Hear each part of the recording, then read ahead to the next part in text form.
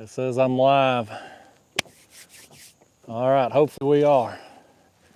We're gonna try to rock it tonight, y'all. At least till dark anyway. We'll, let me scroll. Boy, we've had a bunch of people in the chat box here before I even got live. All right. Let's scroll down here. We'll let some people get notified through the email that I'm live. I know that always takes a little while. For those of you tuning in after the fact, I'll give you the rundown, what's going on, where I'm at, yada, yada, yada. So plan for tonight was come out here in a creek and throw out some catfish bait and throw out some carp bait, kind of do a combo trip. I ain't done worth a crap on the cats the last 2 days, fishing deeper in the main channel. We've had some cooler nights, water temps starting to drop a little bit. I thought we might be able to rock one in the shallows tonight. Come out here. The universe and technology's been against me lately, y'all. It's been very against me. So Sunday, I had all kinds of problems with the GoPro there. Tried to do a live stream with it. It crapped out. Tonight I got power pole issues. I got these power poles here on the back of my kayak. Keeps me in place. Well, one of them has SHIT the bed. It won't stay down. So this one over here on the left, I drop the power pole down, it'll stay there approximately 30 seconds, and then it instantly sends it back up. For some reason, it don't want to stay down. So the last time, I finally got the smart here, I drove it down into the mud and then removed the battery, so it's stuck there. So that's the depth we're at on that one. Now, thankfully, this one over here is working, but you can see I'm in some soft mud. It's all the way down as far as that pole will go. So hopefully we're going to be able to maintain position here this evening. I was wanting to be facing the other direction because the creek comes in here, but the wind spun me around while I was dealing with this power pole. Ain't nothing but problems with technology, folks. Nothing but problems. I guess I'll be filing another one. I've had these power poles 2 months. It's gonna be my second warranty claim. I had to file a warranty claim on one of the battery packs because it wouldn't do nothing. It wouldn't work. And then the power pole motor here now has got to be sent back. So anyway, we're gonna try to rock it tonight, but because of all these issues, I ain't even got baits in the water yet. I am so far behind, so I'm gonna get some baits out. We're gonna fish toward the back of the creek, I guess, but I'm gonna throw out catfish bait. We'll throw out some carp bait, and we'll see what we can get going here tonight. Lord Sandra's done hit me up. Says, let's get a 10-pounder. I hope so, Sandra. I hope we get something tonight. I hope we get something. Old Sandra, Florida Channel catfishing, y'all. She's in the Survivor, was in the Survivor League. She got knocked out along with me. Week 1 of our football Survivor League, and 30 out of the 48 people in it got knocked out. Incredible week. I hope fishing tonight goes better than football did this weekend. I did win a little money on Tom Brady though. He made up my losses there that I lost on Baker. That part went well at least. Yeah, we're gonna put out a combination of stuff here tonight, y'all. Oh, technology be damned. We're gonna try to catch a fish. Hopefully the phone will stay running. It ain't very hot out here tonight, but that sun is beaming down on that phone, and so hopefully it won't be too big a problem. Later we get on into the afternoon here. Hopefully the angle of the sun will change at least. I'm gonna throw out some carp baits here first, then we'll get our catfish bait out. I'm just gonna fish till dark tonight, y'all, so I hate that these dang power poles have held me up. I was hoping to have baits in about 30 minutes before I went live, you know, because sometimes it takes a little while to for the fish to find your baits. Unfortunately, that did not happen tonight. You know what else sucks about power pole too is you gotta pay.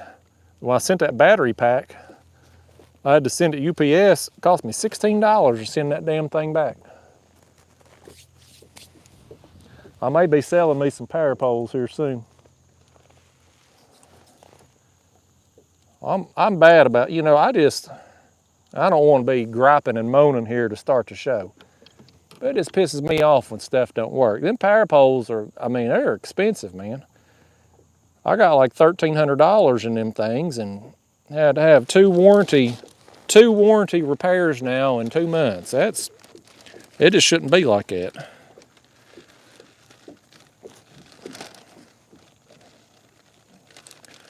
I did fix my camera. I got home there on Sunday, and you know that thing, it wouldn't turn back on after I tried to go live through the GoPro. It was a disaster. I ended up going live on the phone. But I got home, even though the camera was off, it was red hot. I mean, it was like hot to the touch. And so I think it was just overheated. The only thing I can figure. But it's working okay now.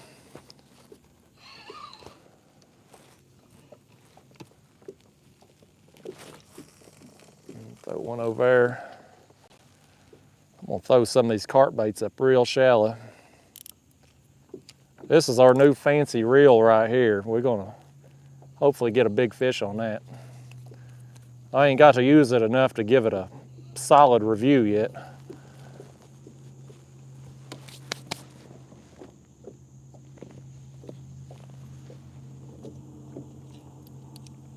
I think I forgot to put a worm on that thing. I think I forgot to put a worm on that, and that'll be all right. It's got our corn on there. We got pack bait and worms for the carp, and we're gonna have some cut bait for the catfish. I managed to get a little catfish bait there Monday night. And I tried to feed them to some cats yesterday and failed.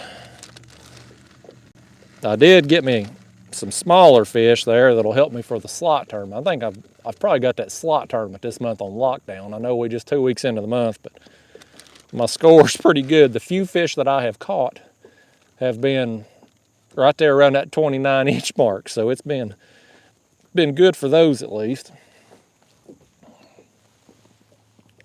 All right.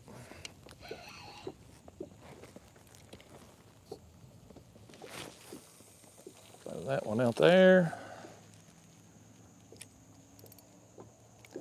Yeah, y'all, wherever you're at, what kind of technology you're dealing with, I hope you're having better luck than I am. I just don't know why stuff, I mean, it's 2022. Why stuff can't last more than a month, it's beyond my scope of understanding. I mean, you'd think that at least build this stuff to outlast the warranty period, you know? You'd think they'd build it to last like a year and a day, so that when your warranty expired after a year, you'd be forced to pay a repair fee or buy a new one.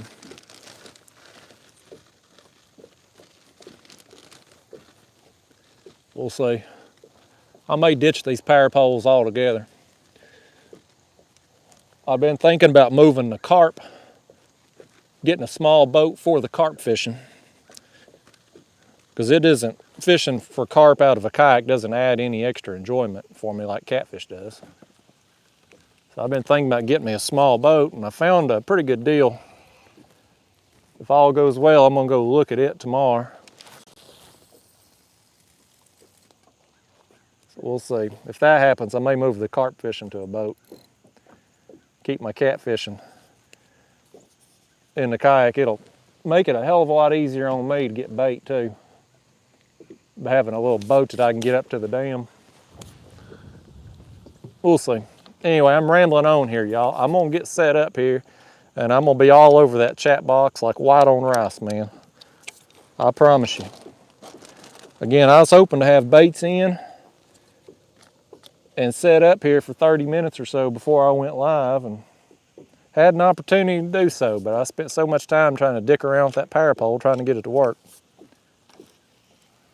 No bueno. All right. Let's get our catfish bait going now.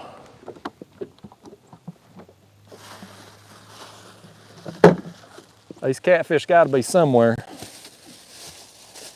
And they wasn't where I needed them to be last night. So we're gonna see if they moved up any shallow here.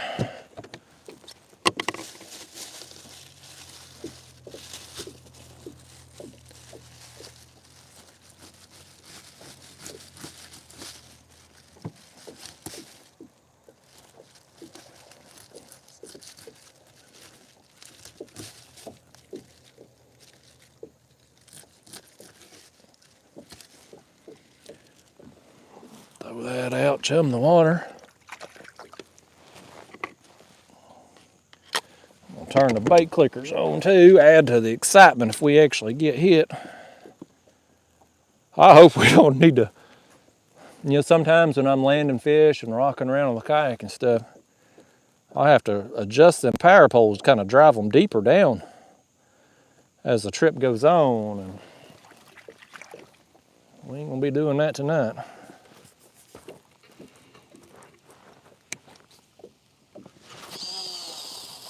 Gosh dang it, I just backlashed the hell out of this. That wasn't too bad.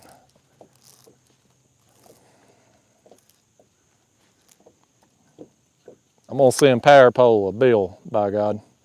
Got me all flustered and off my game. They're gonna get a bill for it.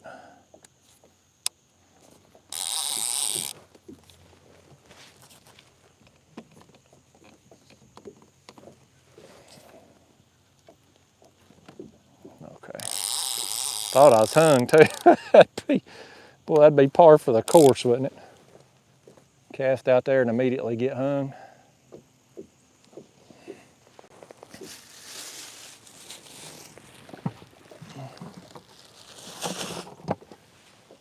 Well, folks, what are we? Hell, we're 12 minutes into the stream. We finally got baits out. We set up. We got a chance. That's all we can ask for. The chip in a chair, as the old poker saying goes. We got a chance.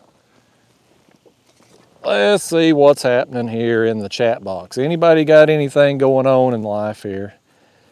Boy, look at that. Looks like a damn slot machines went off here for me. Let me roll up here and hit some of these super chats now. My gosh. Business is booming here, and I wasn't even paying attention to the box. Lynn Loy says, boy, do we need this. Justin is live, thank goodness. Well, I'm glad it made your night, Lynn. Hopefully we can catch some fish out here. Riley hit me with a 5-spot. Riley Taylor says, good to see you live. About to finish fixing the suspension on my boat trailer. Go fishing this weekend. Stay safe. Well, thank you, Riley. I hope you have a good trip this weekend. That reminds me, I got to fix the trailer bunk on my trailer that I haul the Hobie on. I've busted one of the bunks on it. I hope you have a good weekend, though, Riley. Catch some big fish. There's Jason Descent, club member in the house. Keith Doc Reed. My man Ed from Oklahoma. 1999, he says, great way to finish out the workday. You need a sign that says not sponsored by Disney. Let's catch some fish. I like it, man. I need a sign, a shirt, stickers, the whole 9 yards for that.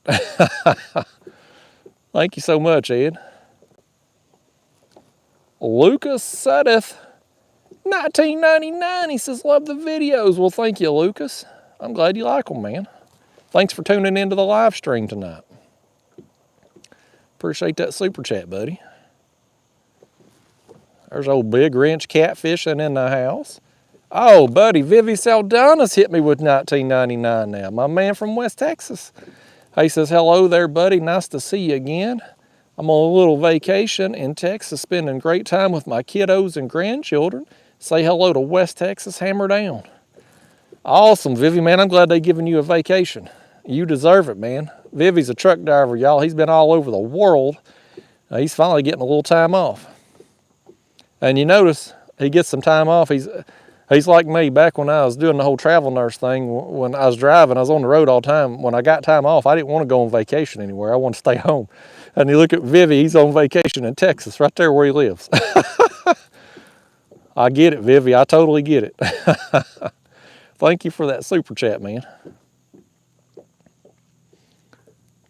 Tim Hull's in the house with a 5-spot. He says, glad to see you again. Catch a good one tonight. Going fishing tomorrow morning. First carp fishing trip. Wish me luck. Hey, good luck, man. And thank you for that 5-spot. I hope you get on some. I hope I can get on some out here tonight. If you do, you're going to have a damn good time. Lynn says, gripe all you want. The truth is the truth. Stuff should work. I agree, Lynn. I totally agree. It's one thing if it was a $5 product, but these power poles are outrageously priced. I mean, outrageously priced. I spent a fortune on them to have them tear up twice now. Oh, people saying I shouldn't be buffering here. We got good service in this creek. Oh crap, I did forget to put on the tiger nets. I got them here beside me. We may try them at some point tonight.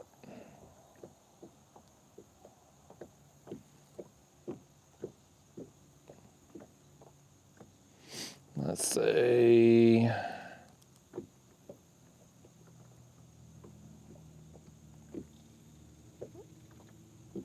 Let me see.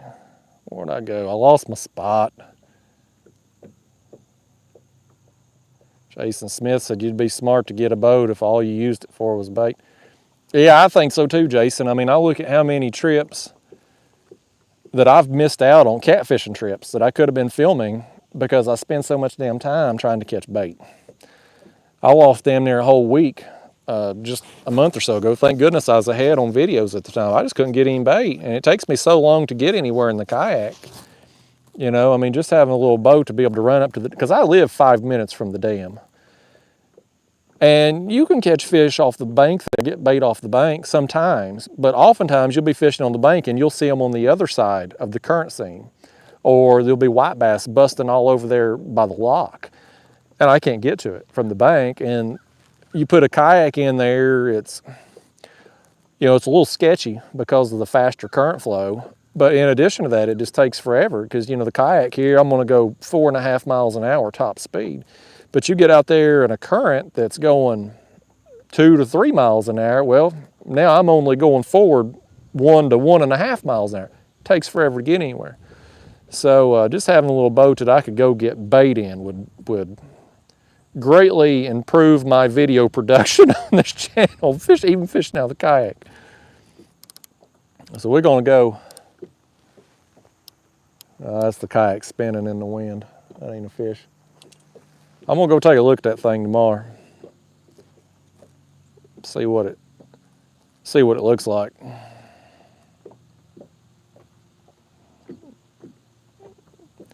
Let's see. Bipper Bates says my ghost camera hasn't overheated all year. Yeah. The new GoPro come out today. I watched those videos. It didn't look like they addressed any of the problems that people have had in the first 10 versions. James Shuey, I hate to tell you, man, everything's made in China. Everything. And even if something's made here in America, the parts come from China. So the power pole, they're all made in China.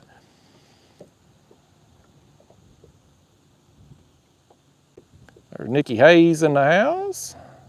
Boy, how far behind am I on the chat here? There's George, Sunfish Assassin. Lucas said, hit me with another $19.99. Thank you, Lucas. He says, you're welcome, man. Thank you so much, man. I appreciate you. Sandra, Florida Channel Catfish, she says, $22. She says, okay, just because I love you. Here's the survivor feedback. We both lost because of missed field goals. We lost because our team sucks, Sandra, but thank you so much. Yeah, y'all, I got on Facebook there after the Colts lost because I had just been talking about the Colts and the Titans and the Jaguars, how they screw me every time, whether I bet for them or against them. They always find a way to lose for me. And so like 13 people had got knocked out in our survivor league because of the colts. And so I was on there, you know, just running my mouth, you know, doing what I do. You know, I'll be damned if Russell Wilson don't go out and just... What a dumb call Monday night, though. I mean, they played like crap, you know, fumbling the ball down there at the end zone a couple times, ton of penalties. But they paid Russell Wilson $50 million. They gave up all them draft picks to get him. And yet, at the end of the game, fourth quarter, under a minute to go, you got a chance to win. Is that not what you're paying Russell Wilson for?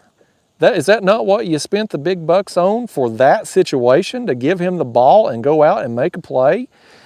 But instead, they intentionally run the clock down and trot their kicker out there. It looked like he was kicking from the other side of the Canadian border. I mean, it was about 2 miles away he was trying to hit it from. It just... And I ain't, you know, I'm not like I'm a professional football coach here, general. I'm not qualified to be criticizing these guys.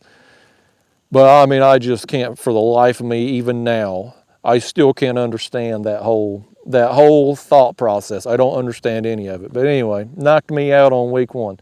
30 people out of 48 in our league taken out on week 1. Insane. So, thank you, Sandra, for my entry feedback. I appreciate it. Whoever's left in the league here from our group here, our community, best of luck. I'm pulling for you now. I went from rooting against you when I was in it. Now I'm pulling for you. I want one of y'all to win.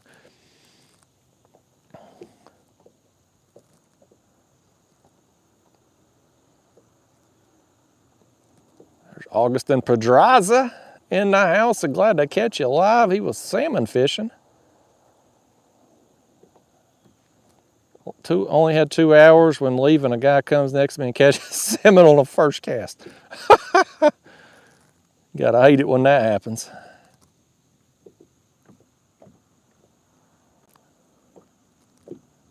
You Can't Catch Up to Me, I like the name, has joined the Catfish Club. Thank you so much, man. Appreciate you joining tonight. Glad to have you and everybody else that's joined the club. Be sure to check out my community tab on YouTube. Get some discount codes for the club members. 15% off Catfish Sumo, 10% off Kayak Catfish merch, and Mustad gives you all 10 or 20%, I can't remember. Riley says, Justin, if you could wait for a couple years till I can get my big boat, I have the perfect boat for what you're needing. Well, I ain't got 2 years, Riley. I probably won't be on YouTube here in 2 years. What are you talking about? I'll be out of business by then.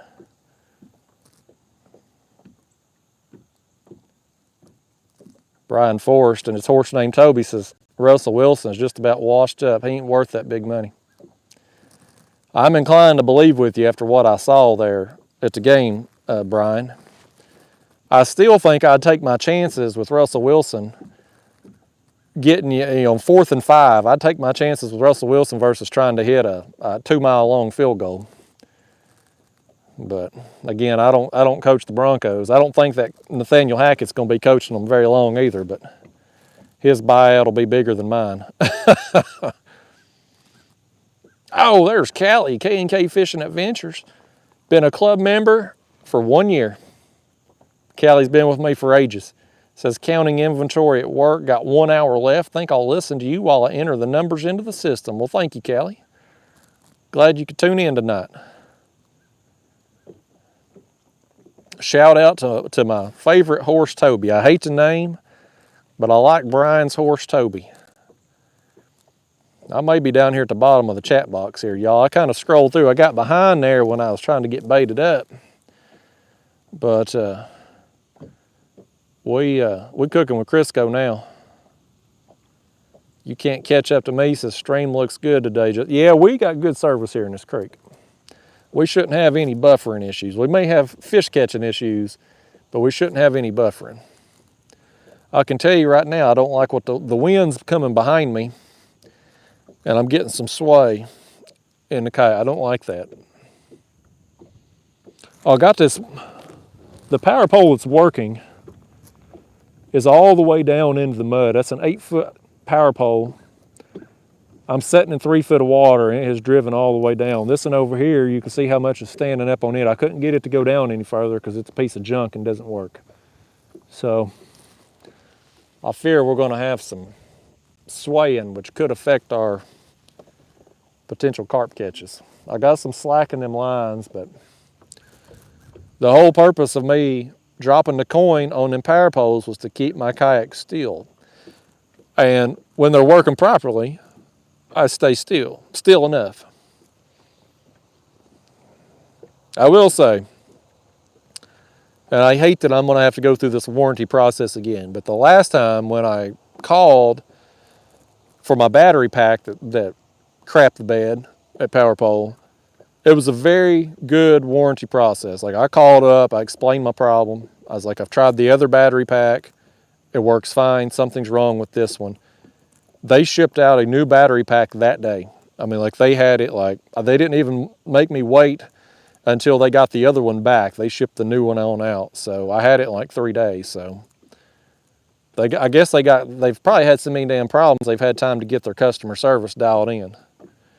So I'm sure they'll get me fixed up here with this one in a few days, but just again, it pisses me off because I want stuff to work when I'm trying to use it. I don't want to come on here and gripe and moan all night. I probably will anyway. No, Brent, no fish yet. Our Spider Skull HD. Glad to have you. Yeah, Mark Reeves agrees with me on Denver.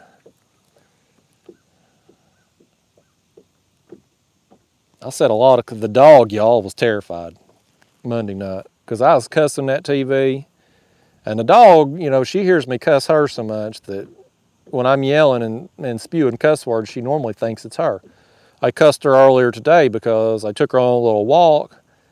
I'd stopped to check my phone and I see her kind of like scooting her head against the ground. I look down, there's a pile of dog crap there. I don't know what it is about this dog, but when she comes up on a pile of crap on the ground, she wants to waller in it.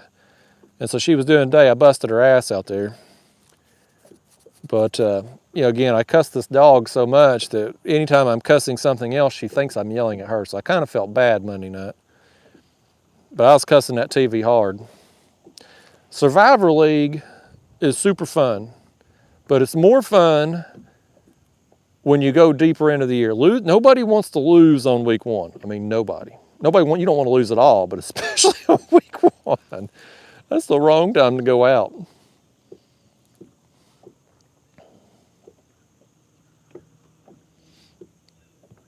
Well, good luck, NJ Fishing Maniac. Hope you get that state record this weekend, man.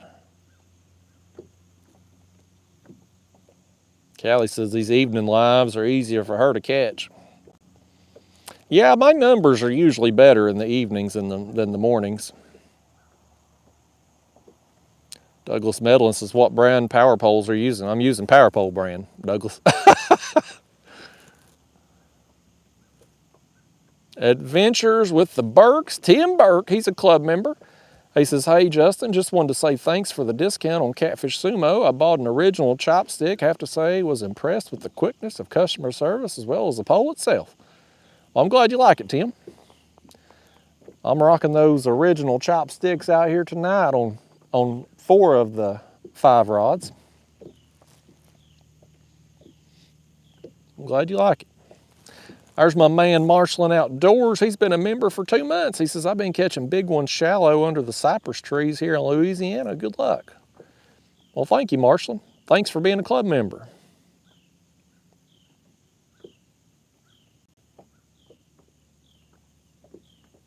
Yeah, Tiffany, if we get some fish out here, it'll make the night a lot better. Fishing from Scratch says, what's your impressions on the Amazon method feeders so far? I like them other than it's hard to get the old bait out. Yeah, I think my sentiments are with you there, Fishing from Scratch. I haven't had any issues with them. The quality seems to be good. They're holding up well. They hold a lot of bait on there.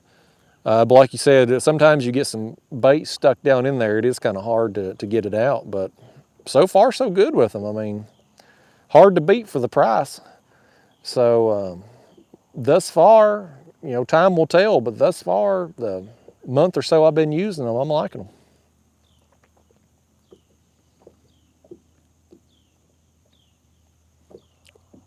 Willis Cop says, forget the NFL, how about college football? Vols played well against a good Pitt team. Well, I'm a negative Nancy, Willis Cop. You know this. I'm a little bit of a pessimist. And so I'm happy Tennessee won because I had taken them -6. I won a little coin on that. But it took us to overtime to beat Pitt's backup quarterback. So, I mean, we've clearly got some talent on that team, but I don't think we're firing on all cylinders yet. I think when we run into some of the better teams here, this coming week will be a slaughter. But once we run into some of the better teams in the SEC, I fear we might get exposed a little bit. I sure was hoping to see Alabama get beat. I tuned in there for the second half of the game, and I was like, man, if Alabama could get beat by a kicker named Auburn, that would have made my day. See that happened.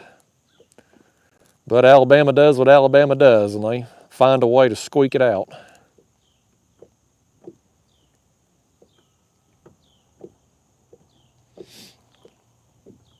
Casey Hood said he's been watching me for a while. Glad to see the channel taking off. Well, thank you. It's Travis York. Brian Forrest, he says, pal, you'll be on YouTube till you can't reel in a fish. You'll be 75, still making videos. I don't know about that. I will go past my prime a little bit because, you know, the IRS, they've taxed the hell out of me as my channel has grown. So as the channel declines, I will still make out enough videos to be claiming some losses with the IRS. I'm going to get that money back. I'll get it back in the end, by God. Great Outdoors, so those power poles are too dang expensive to be having problems. Glorified stakeout pole. Yeah, I agree. Yeah, they're better than a stakeout pole, in my opinion. I tried the stakeout poles, hated them, because if you get into mud that's a little bit harder here, or kind of a rocky, we got a lot of rock here in Tennessee. I never could get the stakeout poles to hold well. At one point, I was even bringing a hammer with me to drive them down further, but it was a pain. I hated them. And so the power poles, when they've worked, have been great. But really frustrating to come out here tonight, and I don't know what's up with it. I mean, it literally, it'll go down, but then it just pops right back up. It drives it back up 30 seconds later. Both battery packs is doing that, so I don't know.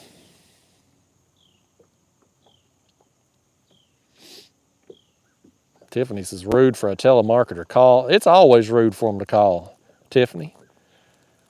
You know, used to, we had a way to block them telemarketers, but now they call me all the time. No, Douglas, to my knowledge, nobody else makes the motorized power poles. To my knowledge, anyway. There's a lot of people that make stakeout poles, like retractable stakeout poles, but like, I think there's like a Bernie's River Stick, something River Stick, Bobby's River Stick. Some name with a B, River Stick. And it's got a box and a cord, and like you pull the cord and the stake just lowers down. And I would assume that's probably fine in soft mud, but it wouldn't hold me at all if I tried that setup.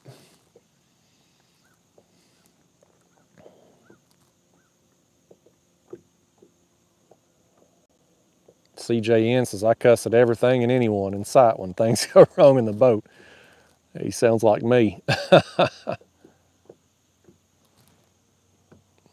Ed from Oklahoma says, for the record, living in New Jersey is an absolute nightmare. My best day there was when I left for NC.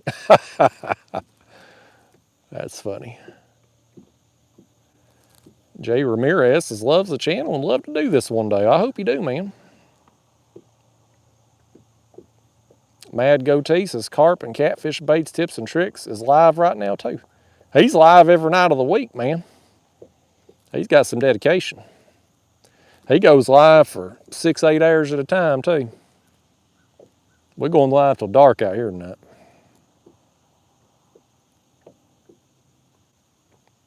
Yeah, Papa Ray. Tom Brady does seem to have a winning formula. Kevin Powdrill, $2. He says, how about them Cowboys? Yeah, everybody was telling me. I talked about how I was going to bet on Tom Brady. And everybody was telling me, oh no, Brady's washed up. The Cowboys. And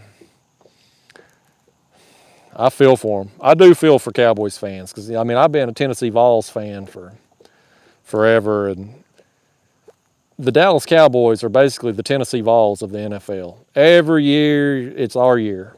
You know, we're sold on this is the year. And every year, it's a kick in the balls. Yeah, how about them old Cowboys? At least they made me some money, though. But they did look awful now that Dak's out. Old Cooper Rush, buddy, he's gonna earn his backup quarterback pay next few weeks.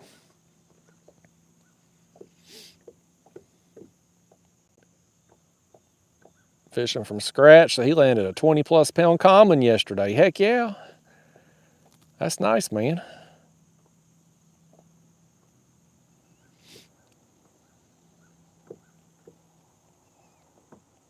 Travis York says there's a carp fishing YouTuber that uses no rolls and packs it around. Yeah, I've heard people doing that. I've had people tell me to do that.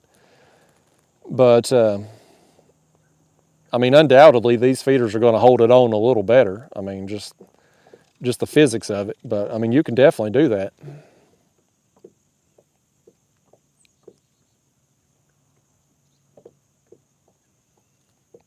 What did I get behind in the chat again? Daniel Duran says, I've gone global. Said the channel is by far the best fishing stream. Thank you, Daniel. Bipper Baits with 588. He says, got an offer accepted for a house on Chesapeake Bay side river with a nice dock. Going to be getting after some carp on a few mud plats. Awesome, man. Well, I'm glad things worked out. I hope you like it up there, and thank you for the super chat.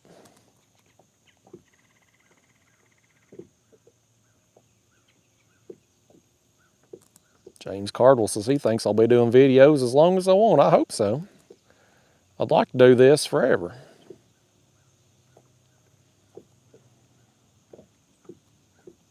Brian Force said he cussed the Falcon so much on Sunday his dog about bit him. Spider Skull HD with a super sticker, $1.49. Thank you, Spider Skull HD. I appreciate that, man. He got the popcorn out. I hope we get something popcorn eating worthy out here. Brian Force, he says Mike McCarthy and Prescott ain't the men for the job, and I agree. Yeah, Buffalo looked good, but I think it's going to be Buffalo and Kansas City in that AFC Championship game, and whoever survives that game will probably win the Super Bowl, barring any catastrophic injuries to either team. You know, that's my pick. If whoever, I think it's going to come down to those two teams in the AFC Championship, and whichever one of them wins, ultimately wins the Super Bowl. That's my thoughts on it.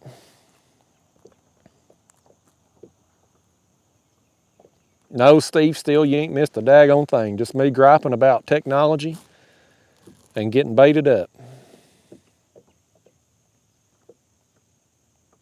You can't catch up to me, says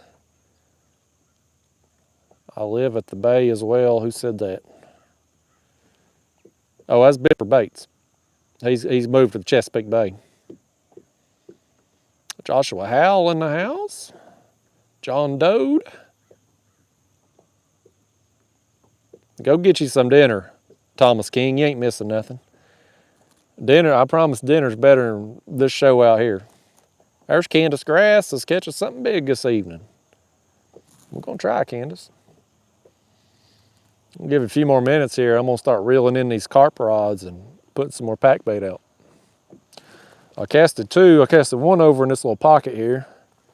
One over here in the shallows. One kind of over here, 3-4 foot deep.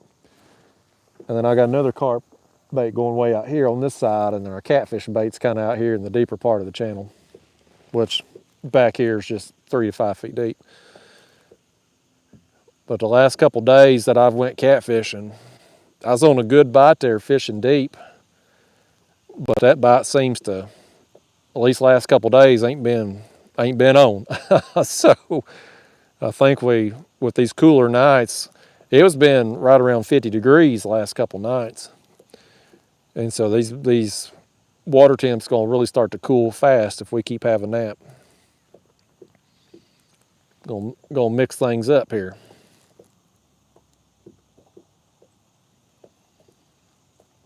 Well, Michael Toby, I got some oatmeal there at the house. It's on the to-do list. Vox Guitar Rocks, I don't worry about the boats. Where I'm fishing tonight, I'll be the only person on the water when I come back in. It's actually easier for boats to see me at night than it is during the day, because I can, use my light and stuff.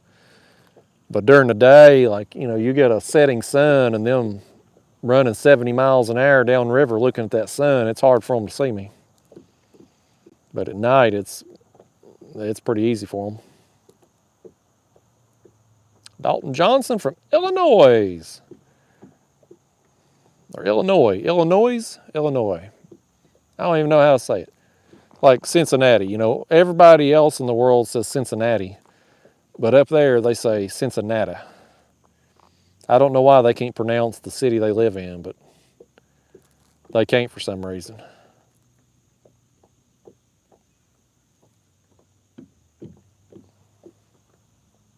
Ryan McClary says that suntan though.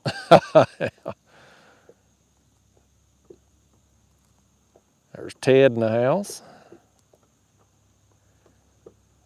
They're running out of water in Oklahoma, according to Candace, I mean. Cody Reese says, I wish everyone was like you. The world would be so much better and I wouldn't have to deal with the idiots. Figured because you're awesome, I could throw in a random comment. Well, Cody, I wish there was a few more people like me out there. The way I'd have some more people that I could get along with. Of course, I don't know if I'd get along with myself if I was a different person. I don't get along with hardly anybody in real life, so I don't know if I'd like me or not if I was able to have another me. There's my man Clinton G. He's been a member for 6 months. He says 300 watching. Let's get those likes up so the big fish start biting. Well, thank you, Clinton. Boy, I wish it was that easy, man. If I could be like, yeah, if I get 500 likes, I'm gonna catch a fish. I'd be out here pandering for likes, but I don't think it works like that.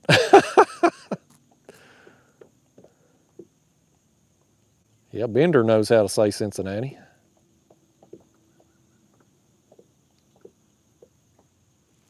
Durango Zax, is a bunch of us Okies up in here. Yeah, I got a lot of people from Oklahoma.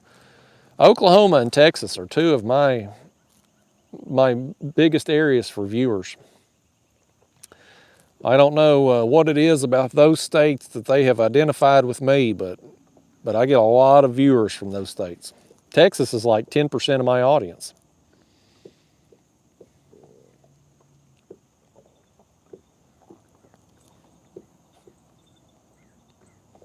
Brian Force says, Justin, you ain't stubborn like old Toby. Oh, old Toby, man, that's his horse.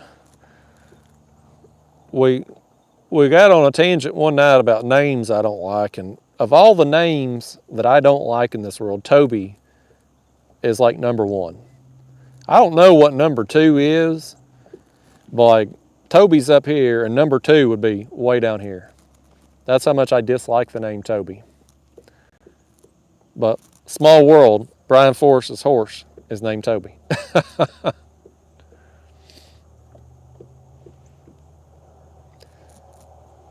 Charles Nungester's got the best routine ever. He says, morning routine, kayak catfish, then go to work.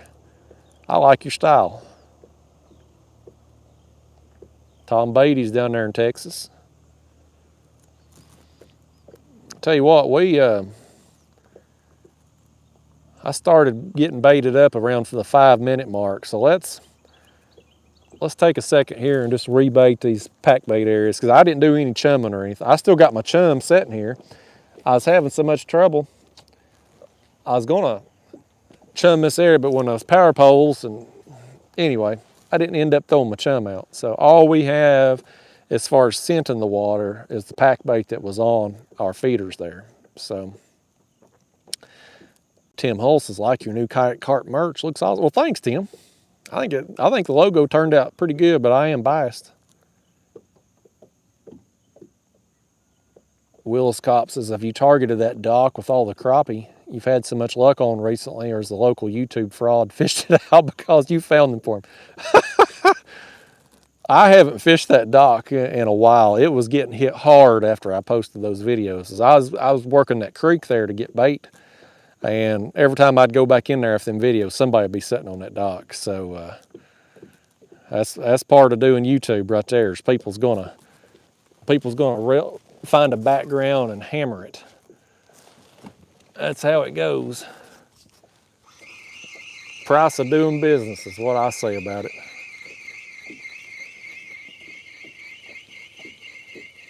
And we're just gonna reel in, and I'm gonna leave the worm. The worm at least still looks good on there.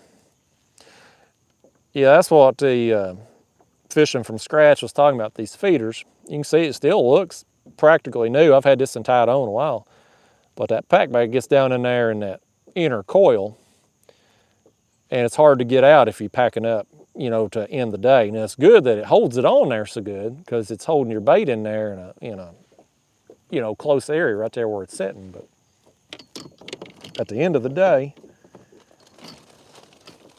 it's hard to get that stuff out. And if you don't get it out, you'll draw ants. Ask me how I know about that. I still ain't washed this kayak out in forever. I got mold growing on the floor here from the last carp fishing trips, and the pack bait that I dropped on the floor. It's like a black mold. If I end up getting some kind of respiratory illness, we'll know it's because of all the fumes I've breathed in from this mold.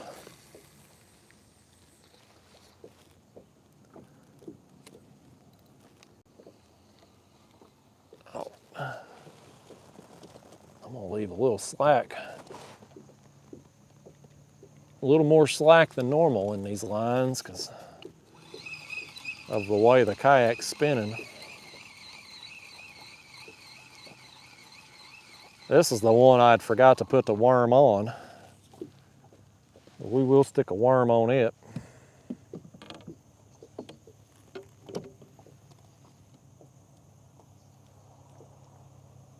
I was out running errands today with the dog and stopped by Walmart and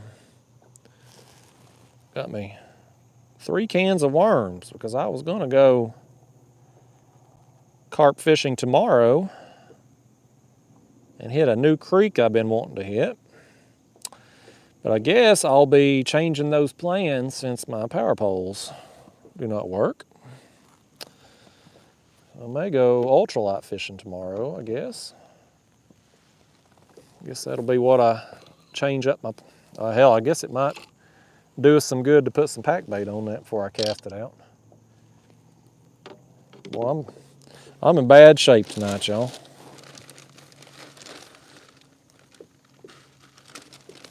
For my live stream audience, I did a live stream there on Sunday, ultralight fishing, because I'd wanted to try out my GoPro as the live stream camera. That was a disaster. And then I'd messed my GoPro up there and couldn't use it. So I was like, well, I'm out here, I'm going to fish. Let me just go live and from my phone and try to do some ultralight fishing. And I wanted to play with that camera mount and stuff, try to get it positioned right. And I went back and reviewed some of the footage to check out that mount. And I ultimately decided that I don't think I'm ever going to do another ultralight live stream again, because I feel like it just didn't go well. I felt like that me trying to fish, make casts and stuff, and work the bait was taken away from me interacting with people in the chat box. And I felt like me interacting with people in the chat box was taking away my ability to fish effectively. So I ended up catching a lot of fish, but there was, just reviewing some of the footage there, I felt like it was hard to watch after the fact. At least these videos, I can interact with you all till a rod goes down, we reel in the fish, back to the chat box. So people who are listening to this like a podcast after the fact, I mean, I don't know how the hell they listen to me, but at least it's a little bit more palatable. With the Ultralight one, I felt like there was a lot of awkward pauses where, like, I'm trying to get the fish in focus there on my phone, or I'm trying to work a jig and read comments and stuff. It was just awkward. It just didn't, I didn't think it went well. I wasn't happy with it, so I don't think we're going to do that anymore. I feel like this style of carp fishing and catfishing, as long as I'm anchored, it's tough when I'm drifting for catfish and trying to be live. That's tough because it's hard for me to monitor my depth and keep myself where I need to be. And I spend a lot of time worrying about going in and out of cell phone service as we drift along. But for the most part, if we're anchored like we're doing today, we can do both, chat box and fish, and do them both pretty effectively. Although it don't seem very effective right now with the lack of fish.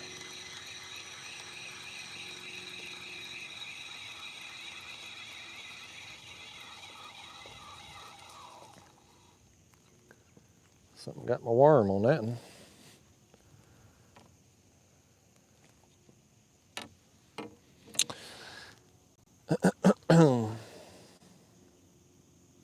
I'm using the same setup on all these carp rods here, y'all. I got fake corn on the hair. I'm putting a worm on the hook itself, and then pack bait on the feeder. Trying to give them options. If something small gets our worm, then we still got our corn on the hair to get fish with.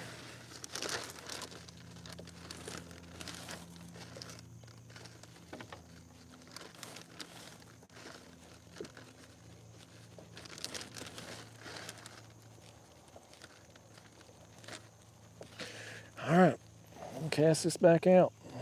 Last one going out. I ain't going to refresh that catfish bait because ain't nothing messed with it.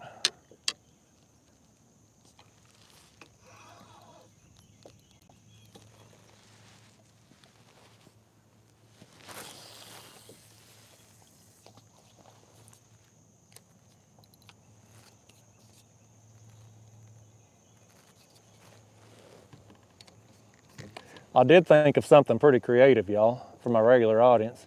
Some of you all out there that are smart asses like me, you'll appreciate this. So, if I do end up getting a small boat and moving the carp fishing and the bait fishing to it, I can hear it now. You know, it'll be people in the comment box, you know, oh, you couldn't call yourself Kayak Catfish no more, or, you know, just, or the, you know, the other YouTubers that take any shot they can to try to, you know, knock me down. They'll be talking shit too. And I thought about it, it's like, you know, I'm gonna, if I do get a boat, I'm gonna, because when you get a boat, you gotta name it, right? It's good luck. You have to name a boat. I'm gonna name the boat Kayak, because then when I'm fishing on it, I'll be fishing on a kayak. Problem solved. I thought that was pretty creative.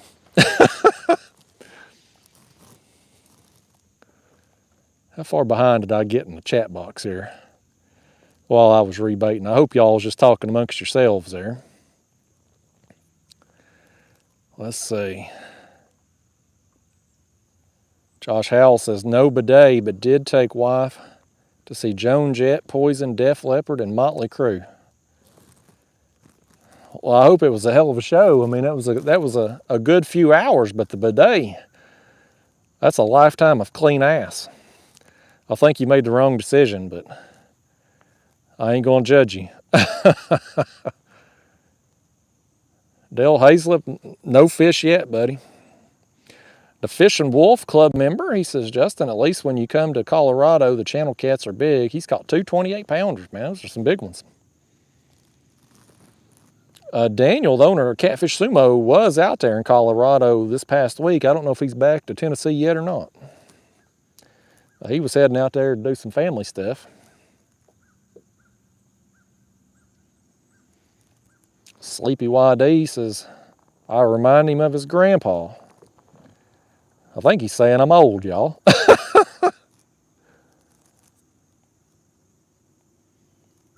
Oh, here's Michael Toby. He says, name's Toby, I'm just stuck. Well, I will say this, Michael. At least your first name.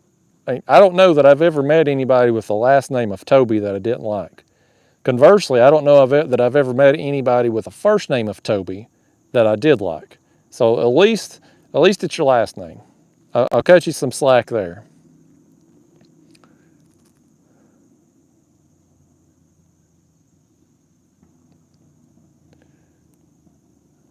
John Boat Morava says, that's one sharp looking hat. Hell yeah, it is.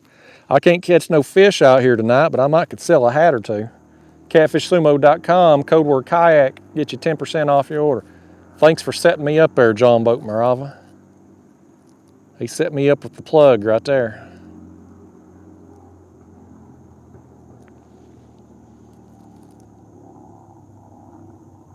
Derek Tobin, I don't know where the hell the skipjack's at. I've been getting them sporadically. But it's been sporadic. I don't know. It's been tough.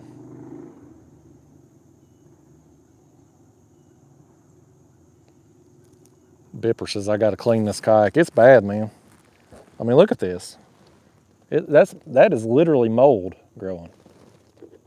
That mold's got like a second story to its house right there. It's rough. I need to power wash this thing, pressure wash it.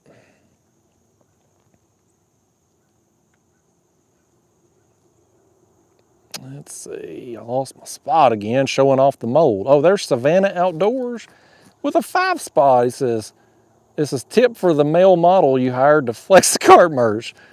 I'll tell you, man, that guy, he wasn't, that carp merch model, he wasn't much to look at, but he was all I could afford that day. So he did the best with what he had. Thank you for that 5 spot there, Savannah. Oh, Savannah Outdoors here, maybe about to get a fish dedicated to them. We got one working that rod tip. Acting like a channel cat. Savannah Outdoors. I think we got a channel kitty. We need a channel cat, that way I can still be skunked. Yeah. Tighten my drag here on this new reel. That new reel feels solid, buddy. I need to catch a big fish with it. I got the camera crooked here. It just is what it is tonight, y'all. I'm all out of sorts. This don't feel like a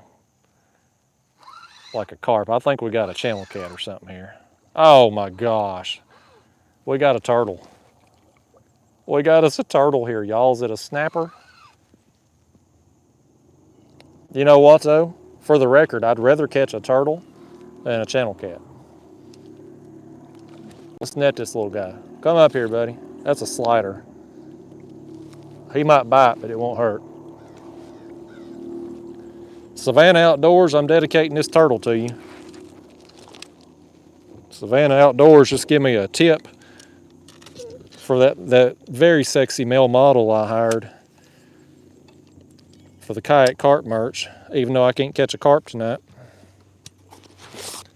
Let's set y'all up here. Turtle, we gotta get that hook out of you. I don't even know where my pliers are at. We in bad shape. There they are. There they are. Come here, turtle. Oh, well, the hook come out. All right. Well, hey, that was easy enough. We got our hook. He got it out on his own. You want to come up here and say hi to Savannah? Savannah Outdoors. Look at that thing right there. You got 300 something people watching you right now, Turtle. What's your name? What's your name, Turtle? You want to say hi to your mom? You want to just hang out in the kayak with me the rest of the evening here? You could be the mascot. How awesome would it be to have a mascot of this turtle? What's that? Oh, I can't afford it. This turtle, he's asking for way too much. We're in a contract dispute right now. He ain't scared though, is he? He's got his head popped out. Look at him waving right there. Oh, boy, your claws are sharp now. Did you just hiss at me? Boy, he's real mad I won't pay him. Wave at them people. Wave bye. All right. Let's send you home, I guess. If I can't afford you, we're gonna let you go. It would be nice just kind of keep him here in the kayak for a little while. Get on out of here. There you go. Didn't even tell us bye on the way out. Well, again, I'd rather catch a turtle than a channel cat. But I guess we still skunked technically. Skunked on the fish anyway. And that turtle stole my worm. He stole the worm. Let's put another one on. One of these old Canadian night crawlers. They're way better than American night crawlers. I don't know why, but that's what they sell.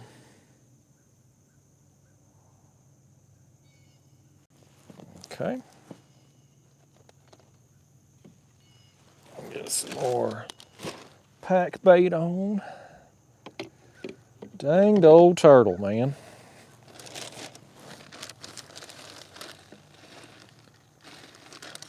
I'm glad that hook come out of him.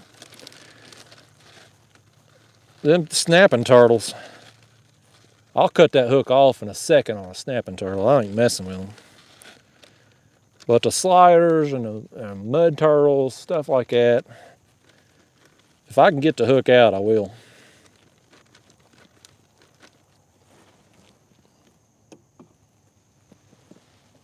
Let's drop this back out there.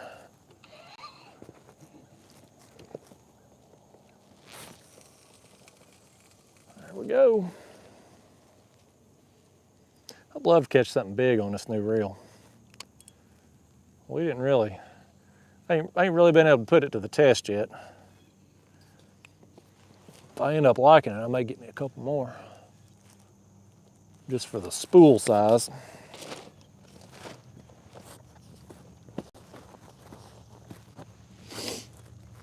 All right, let's see what we got here. Let's see what I missed. Did I miss anything good? Let me scroll back up to Savannah Outdoors comment. That's where I'd left off at.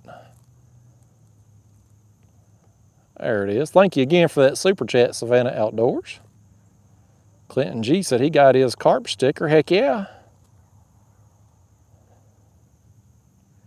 No, Derek Tobin, I don't do no guiding. Mark Francis says he enjoyed the uncut fishing shows. Happens to me a lot. Knowing it happens to you makes it more enjoyable. Yeah, the uncut videos have been an interesting experiment. Done 4 of them now. The first one, yeah. Second and third one were above average views. And the last one I did bombed. So it's kind of been still inconclusive.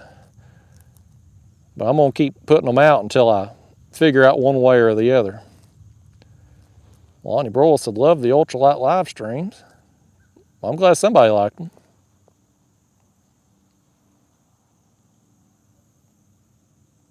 John Boat Moravas, I think when it comes to the ultralight videos, the uncut pre-recorded are the best. Well, thank you. Yeah, the uncut are kind of like a live stream without being live. I feel like I can really dial in the fishing part of it and just, you know, talk to myself, you know, talk to the voices in my head. But I just wasn't happy with I wasn't happy with my performance on the ultralight live stream. I felt like I botched it all the way around. My fishing was negatively affected and my time in the chat box was negatively affected. I just don't think I did a good job at it.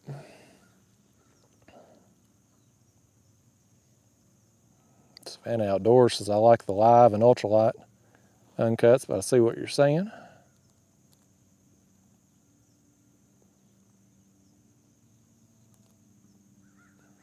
Savannah says, love the boat name.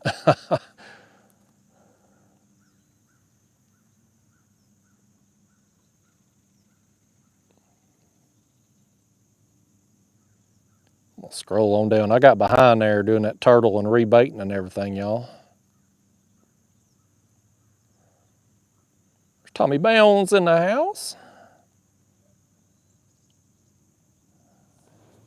Yeah, Vox guitar. I'm just old enough that I don't wear a hat backwards. I think that was the generation after me. Yeah, Josh Howell, here's your shout out to your wife, Stephanie. Happy anniversary. Hope you all have a wonderful life together. I guess if you've made it 7 years, you're going to go the distance.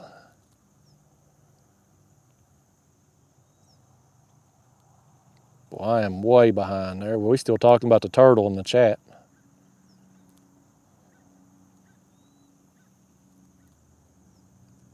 Random guy says turtle soup. There's Fish Guy with a sticker. Super sticker, $5. Thank you, Fish Guy. Appreciate that, man. That's nice of you. No banana moon pies in here. I like to eat banana moon pies, but it may be bad luck. I don't know if I'd have one in here or not.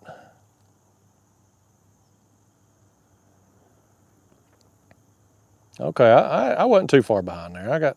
I'm down here at the bottom now.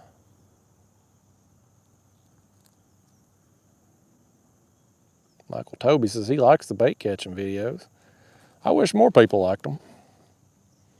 My skipjack videos just never done well. Ultralight videos have done pretty good, but the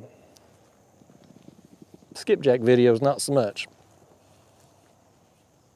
That's why I want to reduce the amount of time I spend catching bait, because that's time I could be doing other stuff and you know, fishing and filming stuff that people do want to watch.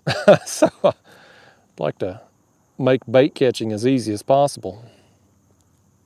It's been tough for me here lately. No, Heisenberg, I don't look at there's something splashing. He's swimming toward me now. Something's liable to eat that little shad. I see the water ripples right there. But no, I don't really care about the lunar table. I don't like fishing on a full moon. Not catfishing anyway. I never do any good catfishing the full moon, but otherwise I don't really look at it.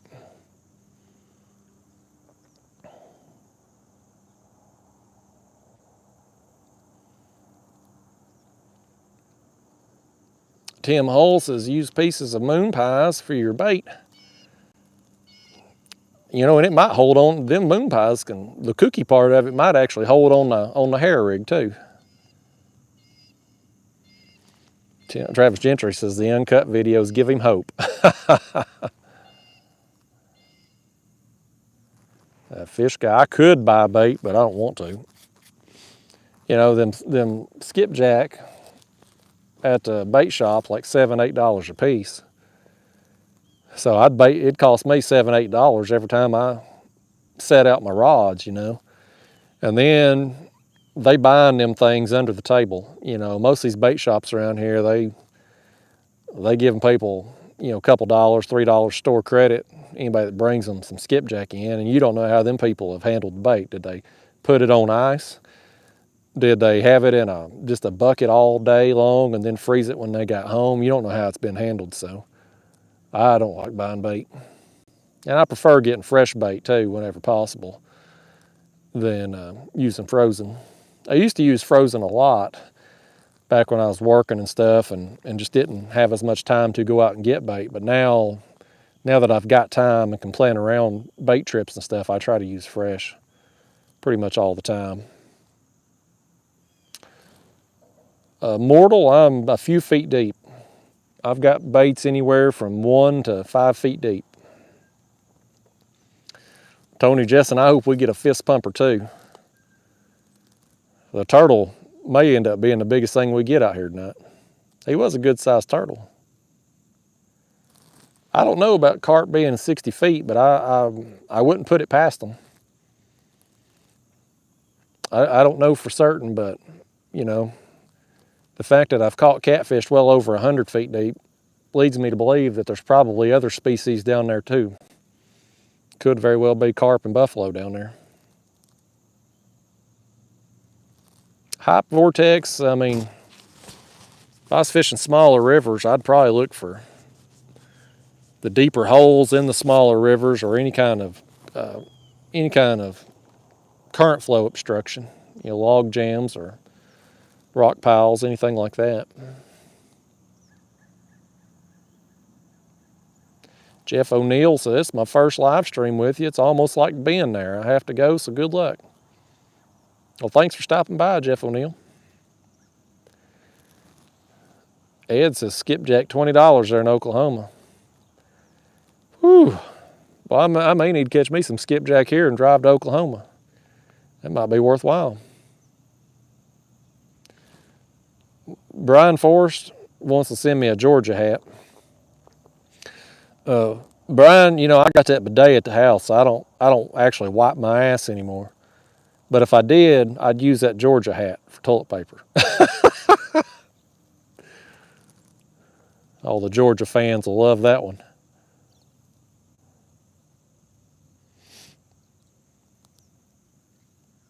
No, Jared, I don't do no ice fishing. Thankfully, it don't get cold enough around here to get us any ice.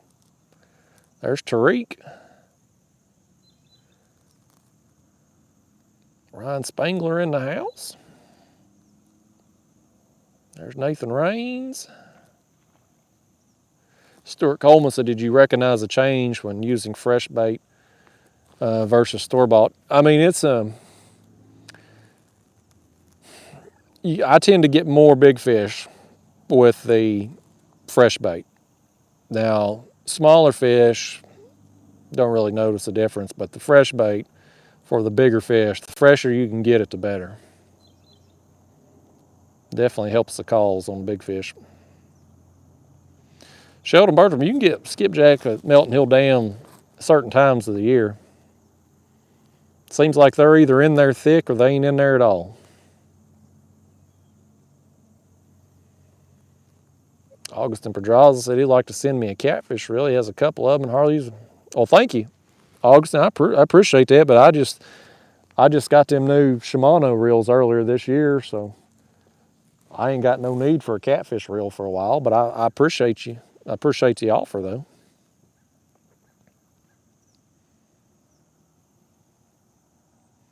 Steve Renfro says, "What would you recommend for fast water areas for carp?" I'd look for slack water places, because you're going to have a hard time, even if you got carp out there in the current. I don't know how well they're eating out there, and I don't know if they feed in that fast water current, but I'd look for any kind of shallow coves or bays, or, you know, any kind of current seam, places like that. That's where I'd start.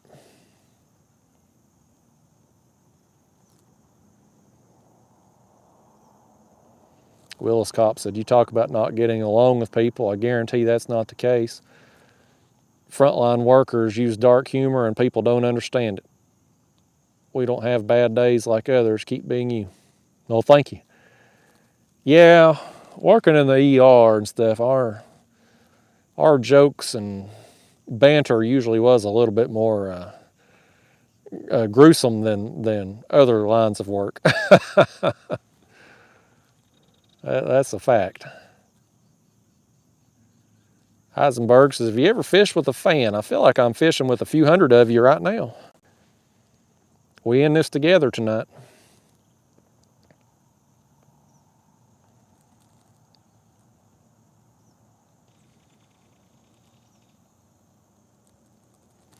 Robert Culpepper's promoting somebody named Jason Matzinger on there.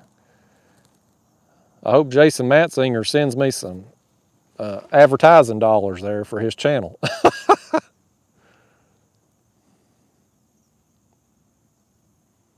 I'd like to, Angie Marshall. I'd like to get a big flathead now. I don't know if it'll happen.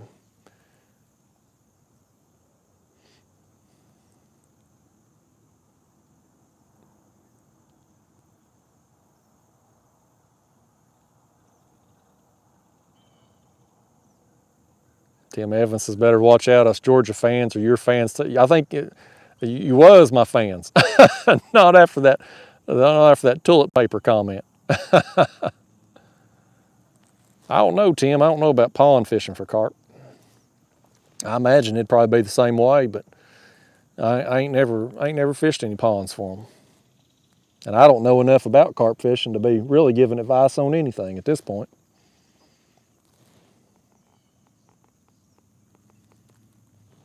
Texas Plumber says he's never seen skipjack in Texas, so he's surprised they may not have them in Oklahoma.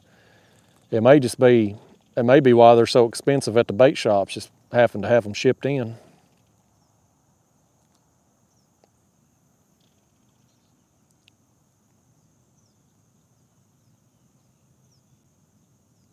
Well, thanks, Augustin Pedraza. I appreciate that.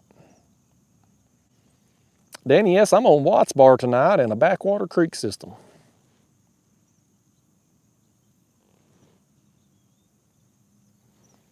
Robert Culpepper says he makes nice videos that are almost inspirational. He says, I promote you all the time. Where's my dollars? Checks in the mail. It may bounce higher than you are tall, but it's in the mail.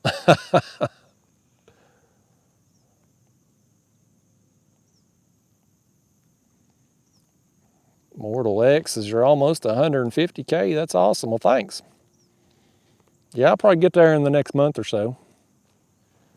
I think the other day I looked, I was at 149,700 and something. So it slows down this time of year. Like I was talking about that in the other live stream. After Labor Day, typically, on my channel just straight down.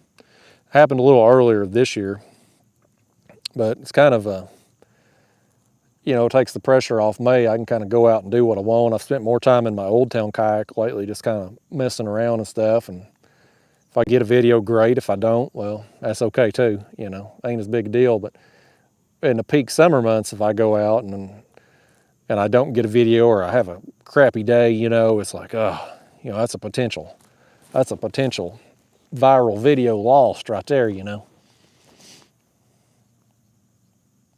We got Redfish Stalker, $4.99. He says, what's your craziest ER story? Gosh, where do I begin? There's so daggone many of them. What kind of story you want, Redfish Stalker? Give me a topic. Give me a topic. Like crazy stuff people put in their butts. Stupid people. I could tell you stories about nurses I've worked with, overdosing in the bathroom. I mean, I got all kinds of stuff. Give me a topic, Redfish Stalker. Thank you for that super chat. You give me a topic, I'll give you a story. David Tidwell, $9.99. He says, I wish you'd do more live stream ultralight. Well, I was just talking about how I ain't gonna do that anymore. David Tidwell. He says, fishing with that light tackle is an adrenaline rush because you never know what might bite. I love all your videos. Ultralight is my favorite though. Well, thank you, David Tidwell. I am going to do some more uncut, just raw, uncut footage ultralight videos. I'm going to keep that going until I determine whether or not it's worthwhile. But I think the live streams, I was mentioning there earlier to some people, I didn't feel like I did a very good job keeping up with the chat box. I was saying I felt like the fishing took away from the chat box, and the chat box took away from the fishing. So I just don't think I did a very good job with it. But I'll definitely be doing some more ultralight videos.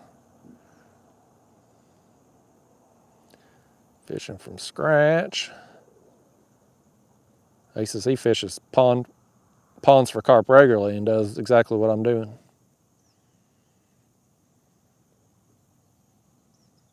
Redfish Stalker says, stupid people sounds good. Let's think. Let me put a little thought into it here. Okay, here's one for you. I was coming through Knoxville the other day, and when I first graduated college, I started in the ER. I was working at St. Mary's Hospital. It was St. Mary's, then Mercy, then Tenova, and they finally tore it down. It was a really old building. But it was downtown, and 40-bed ER. We stayed pretty busy up there, high acuity, just from the location. You had some nursing homes in the area, so you got patients that were sick as crap. You had the homeless shelter downtown, so you got all them psychiatric patients and homeless and stuff. So it was pretty busy. Anyway, St. Mary's, Catholic hospital, right? So, and Catholics, very against birth control. I'll piss some people off because this gets on sex and birth control and stuff, so I'll piss off a whole genre of people on here. But anyway, one day I'm working triage, and for those of you not familiar with emergency departments or this style of stuff, triage, if you have an emergency or you come in the front door, be checked in, seen at the ER, you go through triage. Back in those days, it was just a nurse you would see. They'll prioritize your care, et cetera, et cetera. Most ERs now, you've got a nurse and a nurse practitioner or PA in there. You see them both, you get orders started. Anyway, so I'm working triage, again, Catholic hospital. And it's pouring down rain. I mean, it's like monsooning outside. And I bring in this girl, and back in those days, this was back in 2009, people would come in front desk, they would sign in, and they would write down their complaint. And the best complaints, well, the best part of that job working triage was reading what people had wrote down, because, you get some people that aren't the smartest people, and the grammar and the spelling and how they word, it was priceless. Anyway, pouring down rain. And this girl had signed in, and her complaint to be seen in the emergency department was she needed her birth control refilled. And this girl, I bring her in triage, she is soaking wet. I mean, absolutely just drenched. This girl had walked 2 blocks in the pouring rain to get her birth control refilled because she had a hot date that night. And I was like, honey, first off, this is a Catholic hospital, so you ain't getting birth control here. Second off, you ain't getting birth control in any ER unless you've been raped, and that's a whole different story. And yeah, so anyway, I sent that dumbass on out of there, sopping wet. And I bet she ended up getting knocked up that night. So there's you a stupid people story. I could tell you some far more vulgar stories too if you want. We'll see. If the fish don't bite, we may have to get into some far more vulgar stories. I had another one just pop in my mind from my days at St. Mary's there, and the stuff they would write down on the triage sheets. I'll just go ahead and go into it. Oh, this is going to piss some people off. This will gross the people out. I won't go too graphic on it. But the girl's complaint, this other girl come in and one time, and her complaint, again, you never know what you're going to read on them sheets. But her complaint that she signed into the ER with was, I'm farting out my, she said P-U-S-S-Y. I won't say it on here because we probably got children watching and whatnot. But I'm farting out my P-U-S-S-Y. And it was farting Farting was because it was F-A-R-T-I-N. I remember it. There was no G. Farting out my P-U-S-S-Y.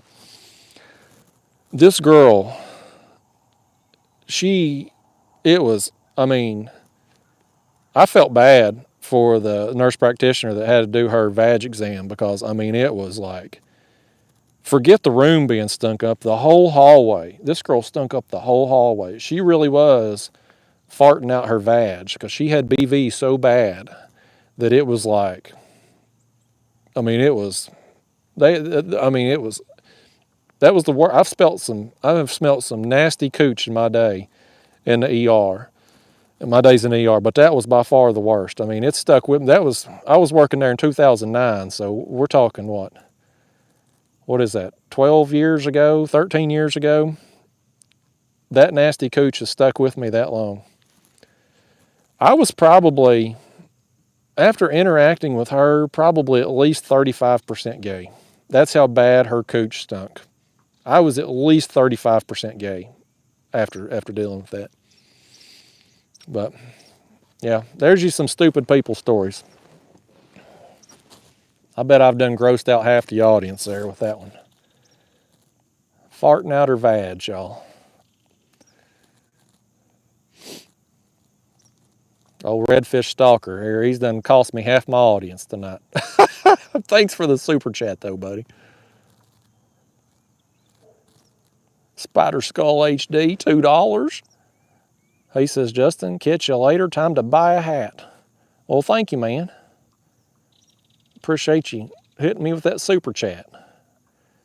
Fish Guy hit me with a $10 super sticker. Thank you, Fish Guy. Appreciate you too, buddy. Mac McInnes just got the notification. Sounds like YouTube's on top of their game tonight. I'm surprised you even got one, Mac.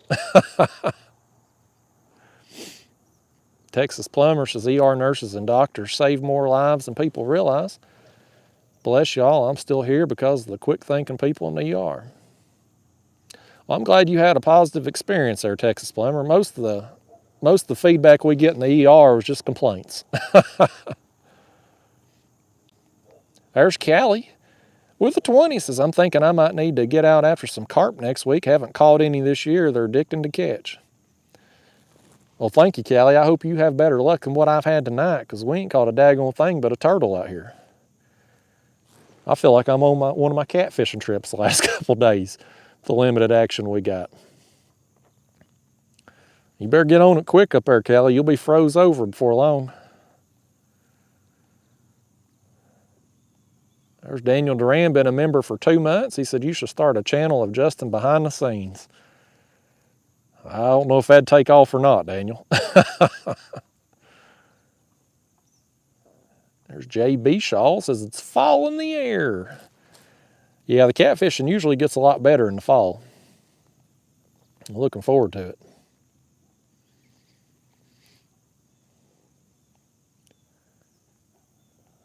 There's Redfish Stalker with the vomit.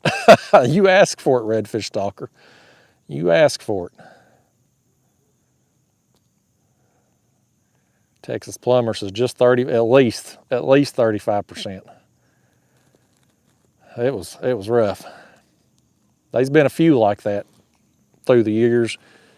Y'all wouldn't believe some of the stuff I've pulled. I mean, women use, when you get these little crack whores and stuff coming to ER, overdose and whatnot, or you get them that's been arrested and about to go to jail, you wouldn't believe what you'd find up in their snatch, man. You wouldn't believe the stuff I've pulled out. But every time I pull out a crack pipe that's covered in a vaginal discharge, or one time I pulled out a change purse out of this girl. That was where she had stashed her drugs, but she had it up in there. And I'm like, whew. I tell you, some of them women don't take care of themselves.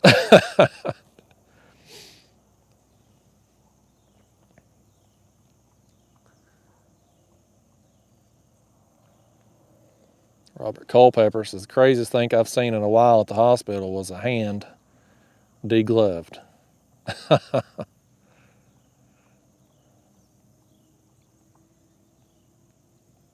Redfish Stalker hit me with $9.99. He's paying me to stop telling stories now.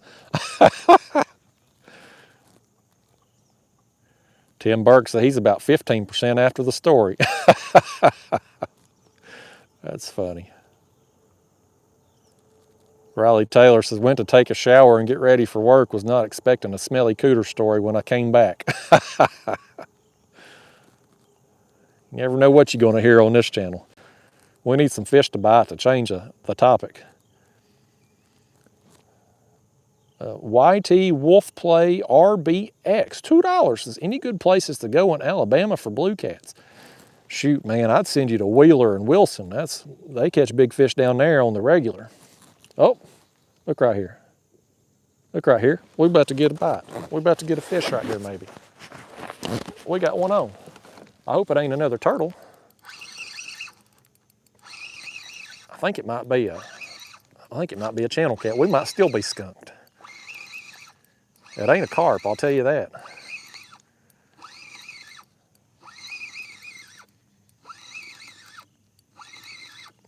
I'm gonna have to read that fella's name again.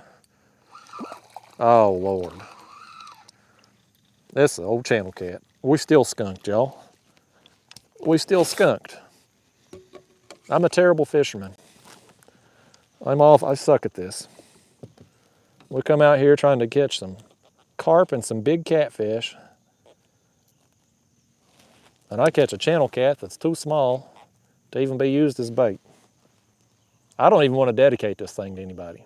I feel I can't even dedicate this fish to anybody. I feel bad about it. Nobody wants a channel cat, especially a channel cat that small, dedicated to them.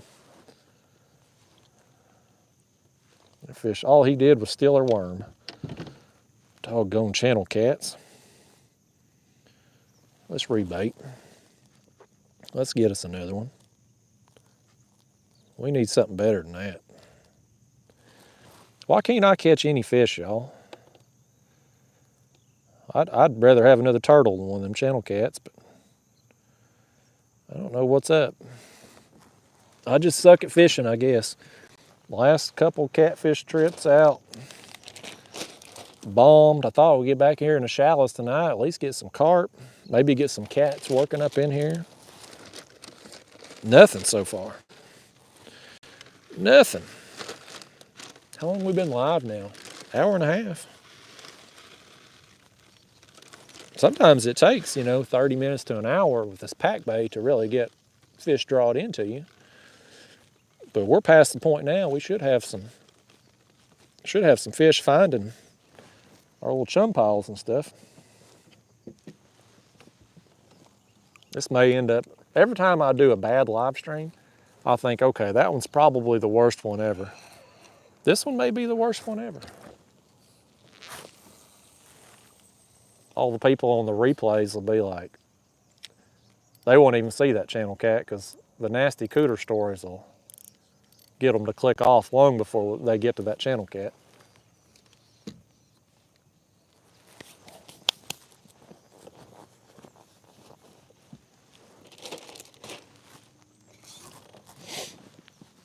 Let's see where I left off at. We was talking about Alabama. There we go, okay.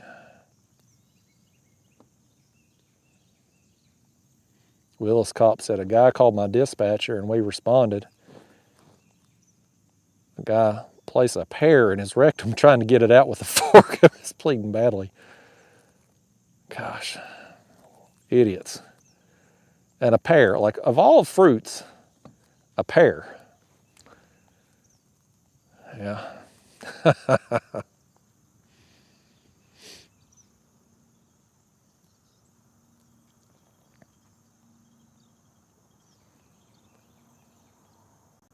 Let's see. Redfish Stalker, so that could be a YouTube Shorts channel. I'm surprised there ain't more channels like that. There's Steve Miller with $4.99, no comment, but thank you, Steve. I appreciate the support, man.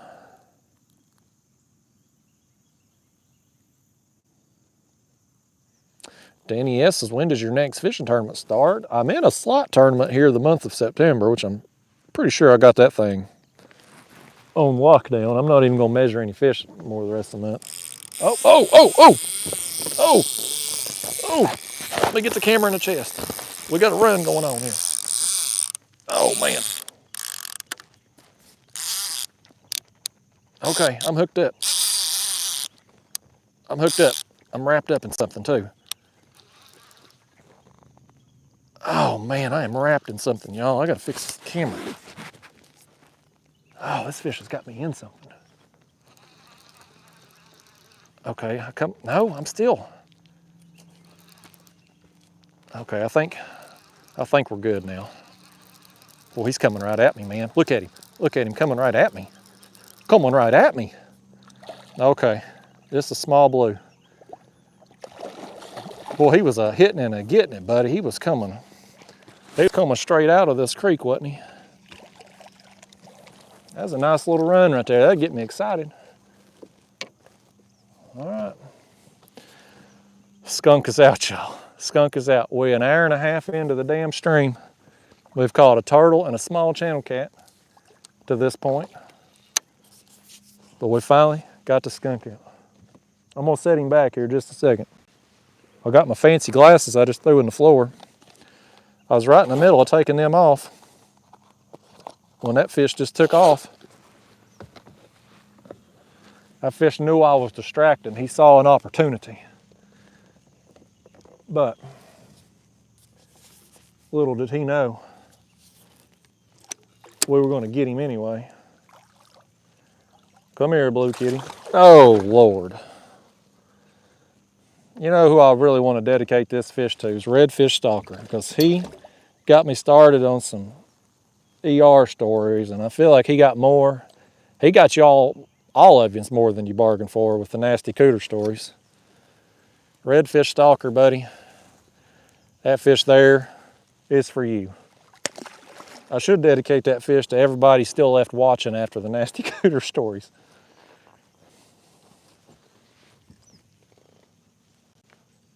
All right, let's get us another piece of cut bait on. Let's see if we can get us another catfish or 3 tonight. The sun has went over the tree line there. I don't know what time it's getting to be, but I'm just gonna fish till dark tonight. So if these fish want to get on the video, they better get their butts in gear. Them skeeters will be out hardcore here in another 30 minutes to an hour probably. I was going to go do some carp fishing tomorrow. I was going to hit a different creek. But now that my power poles are messed up, I won't be doing that. I guess I'll be going ultralight fishing tomorrow.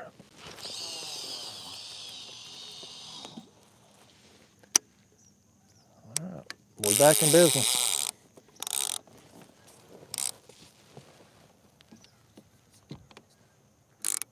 Okay.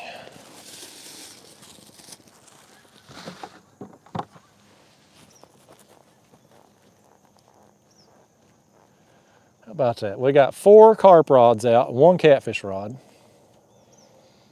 And I ain't got but 1 turtle, a channel cat, and a blue cat. I suck at fishing. I suck at my job, y'all. I may have to go back to the nasty cooters if I can't catch a fish.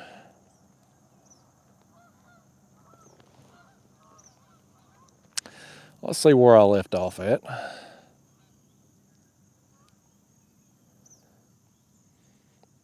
Okay, there was Steve Miller's. Lynn says she had to leave and now I'm back. What a conversation. Yeah, Lynn, don't go back. You didn't miss anything, Lynn. Let's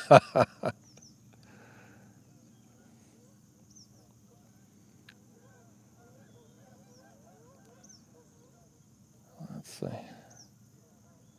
Callie says, dedicate to me. Channels are all I get up here. I'm used to that. There you go. Callie, you can have the next channel cat we get, by gosh. You can have them all.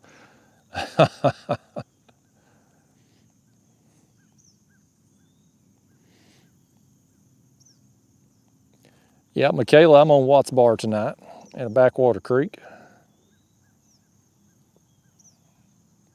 Let's see here. I'll scroll on down. I got behind.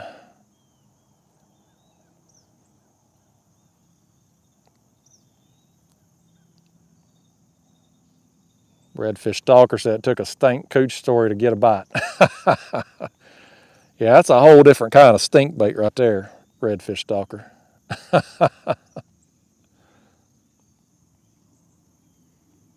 Yeah, I've definitely run Carrie Underwood off with that one, Stephen Long.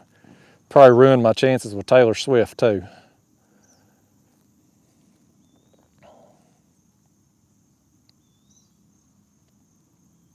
Ryan Spangler said he quit as an EMT in San Francisco and became a butcher because it was less nasty. God, I could tell a good EMT story too. We'll save that one for another day. I had a patient that was a paramedic one time, and that was another memorable experience. We'll save that one for another time. I've run off enough people with the ER stories tonight. There's Damon Rushing. What's going on, man? Michaela, I hope you do better here this weekend than what I've done this week, because I ain't done worth a crap on the cats this week. My last 2 trips have been bust, just small fish. I ain't even posting the videos from them trips. I ain't gonna fool with it. And I ain't done with the crap out here tonight.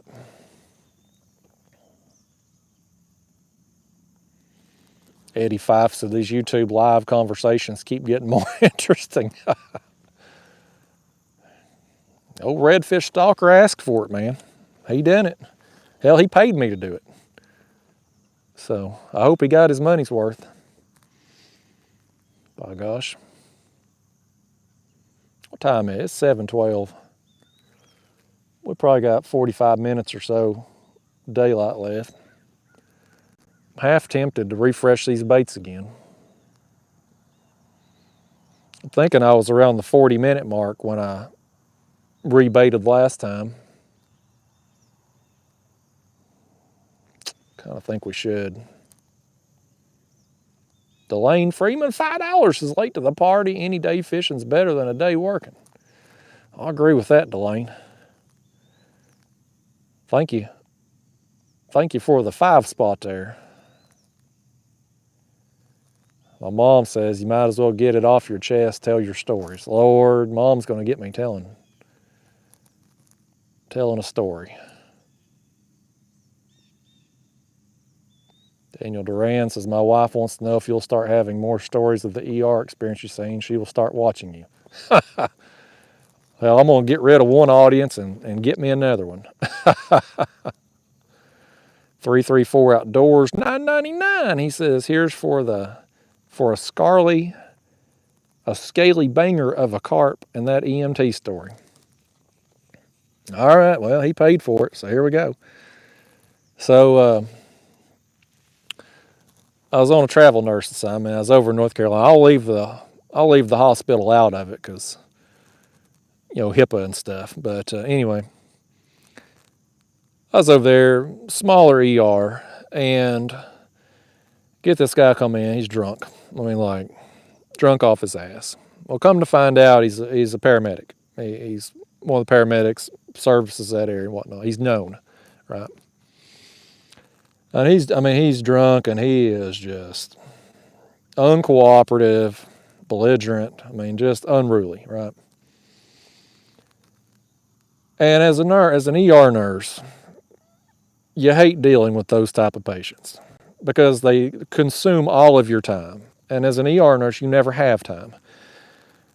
So you hate dealing with them. And I was busy. I had a lot of stuff going on. I was behind, and I get this guy. So his buddy's there with him, and he's paramedic, EMT, whatever. It's his partner, right?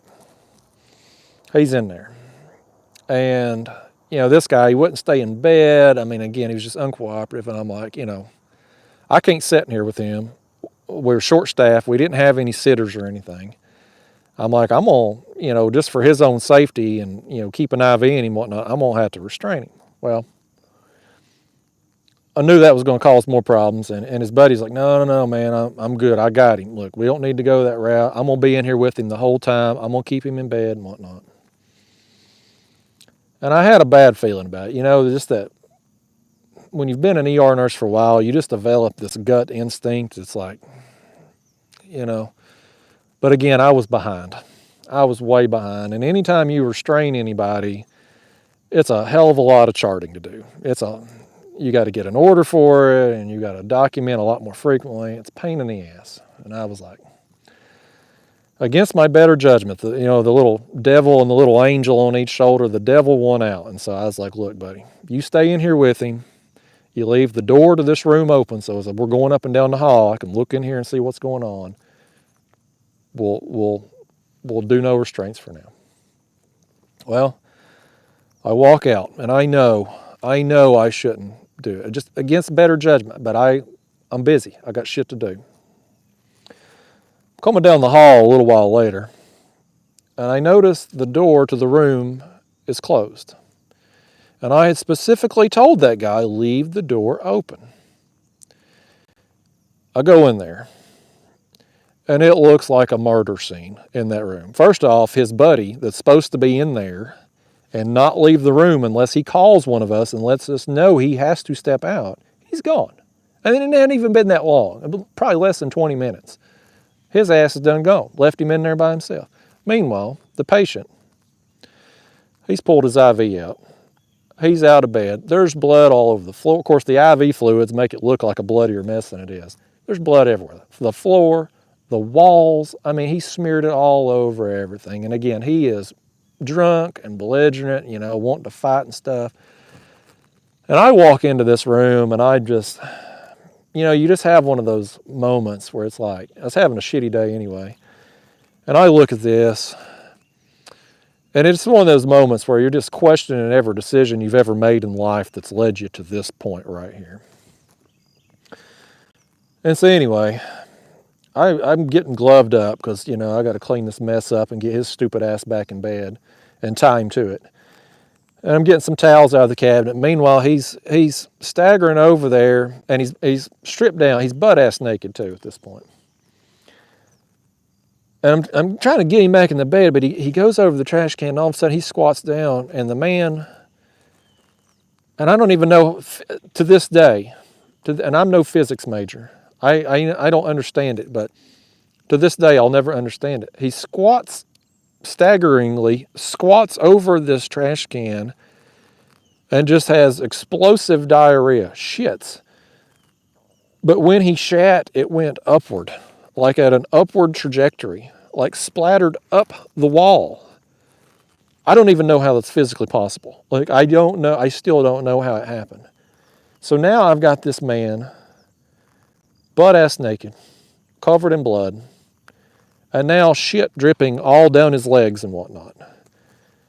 And again, I'm like, how did I end up? This is my life. Like, this is what I do. Anyway, yeah. Needless to say, when his buddy finally come back to the room, he had to go out to smoke, by the way. He got an earful, by God. So, yeah. That was, there's you EMT story. The shitting at an upward trajectory. I still don't know physically how that's possible, but by God, he done it. He had a crooked butthole or something.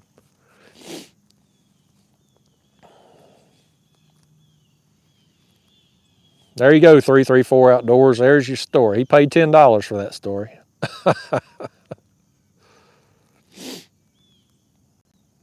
Tariq says his mom was a nurse for 35 years in a small town in the UK, but can't imagine the wild stories. Yeah, I got a few. Callie with a 20 says 12 years ago, working overnights at McDonald's, would just open the lobby and had a drunk person run over 2 people in the parking lot and then hit the building and another car as they tried to run. She caught the plate, though. Listen, Alcohol makes people do stupid stuff. Billy Daughtry says, good evening, great job on the Whopper Flatheads last video. We love all your videos in Ohio. Well, thank you, Billy.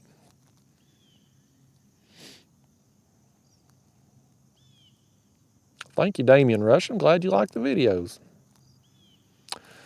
Mr. Storm, I'm not a big fan of the inflatable life jackets because everybody I know that's had them has had them pop off, had them inflate without meaning to. And they're expensive. The recharge things on them are expensive too.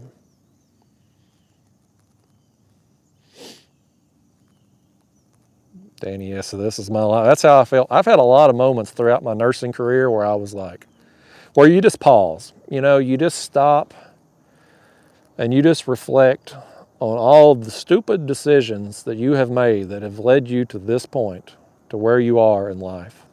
I've had a lot of moments like that. If I could go back in time and have a chat with myself, I would have never went the nursing route. You know, when I was younger, I was like, it's the most amount of money for least amount of education. I can get a job anywhere in the country at any time. I used to like that TV show, Trauma Life in the ER, and I thought, that's what I want to do. Yeah, if I could go back and have a chat. Fish Guy hit me with a 5-spot super sticker. Thank you, Fish Guy. Appreciate that. Lord, my mom's done deleting comments. Augustin Pedraza says, I can tell some creepy stories too. I'm terrified of ghosts. Ghosts are my #1 fear. And yeah, I can tell some of them stories too. Jeff O'Neill said that story is worth more than $10. Willis Cop said, if someone had an episode like that in the back of my unit, we'd always have the jail send a trustee out to clean it up. Well, thank you, Tommy Bounds. Fizz Bang with a 20 said that was a great story. Well, thank you, Fizz Bang. I'm glad we can tell some stories and pass time while the fish ain't quiet. I'd rather be reeling in fish, though. Daniel Duran says, my wife is serious about watching you. She has me setting up for the replay after you're finished. That's funny. Travis Gentry says, I'm asking for a Golly Whopper rod and Catfish hoodie and hat for Christmas. You got an awesome Christmas list, Travis Gentry. I like your style. I like your style, man. 334 says, alcohol makes you do crazy things, meth even more so. Oh, yeah. Yeah, that's the truth. Fox Guitar Rock says, how about a cool, uplifting ER story? Boy, we don't have many of those. I tell you what, there ain't a lot of happy endings in the ER. Even when things go right, you still end up getting bitched at. I ain't gonna tell no more stories. I was about to go off on another story, how a guy that should have been dead on the scene, we kept him alive long enough for his family to be able to say goodbye. And then all they wanted to do was gripe because somewhere between the interstate, the ambulance, and the ER, a set of keys was lost. And since he ended up with us, I answered so many damn emails about that set of keys. Anyway, I won't go into that story either. Hospital administration. I'll go off on another tangent.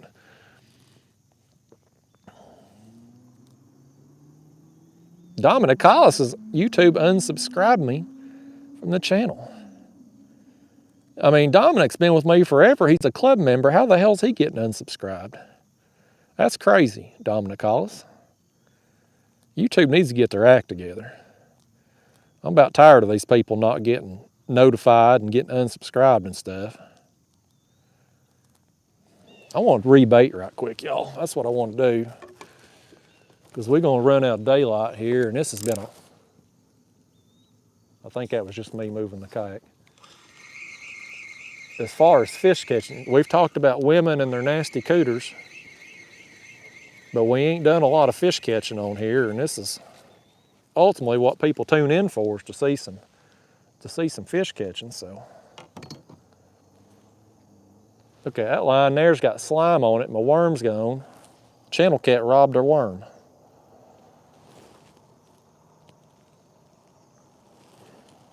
How many people's in here? Lord, we got 379 people listening to me tell stories of nasty coochies.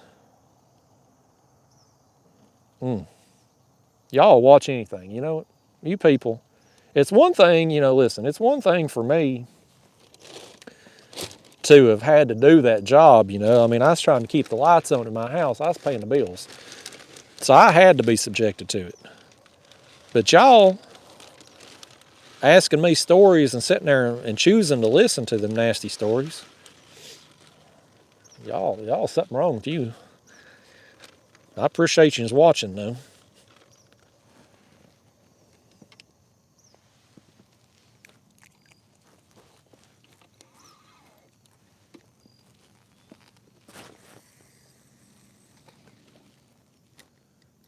I really can't believe this one that I've been throwing up here shallow. I would have thought that one would be the one that would get us a carp here. But it seems like every time I throw a rod up shallow and allow myself to think that, it never ends up working out for us to actually get bit. Or who hit me up with? Who hit me up? Oh, that was Lynn. Lynn hit me with 1990 and says, creepy, scary story, please. Lord. I've got to go way back to get some creepy stories. Let me put a tiger nut on this one. We're gonna mix up the bait a little bit. I'm gonna try one of these tiger nuts while I tell Lynn a story. So y'all, I am terrified of ghosts. Like, that's my #1 fear of life. I don't like things that I can't understand. And when I wonder if tiger nuts go bad. Like, maybe you gotta shake them up, the mix in there or whatever. We're about to be I don't know a damn thing about tiger nuts, y'all. Catfish Baits, Tips, and Tricks sent me these tiger nuts. That's a tiger nut. I don't even know if I can put that thing on a hook. I don't know how you hook a tiger nut. Them things are pretty hard. We're about to be educated here. And then I'm going to tell Lynn a story about my nursing home days.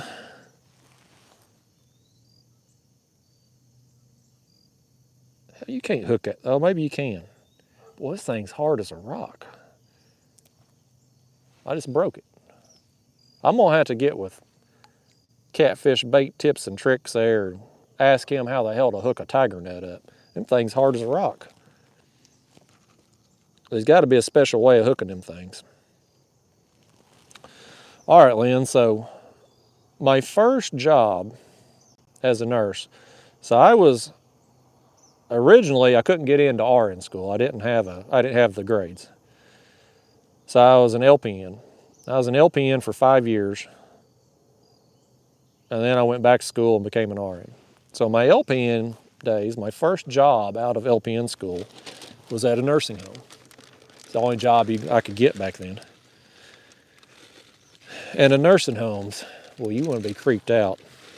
Them nursing homes, man, there's been a lot of people died in them nursing homes. It is haunted as hell. And we had this woman, and I probably shouldn't say her, I remember her name.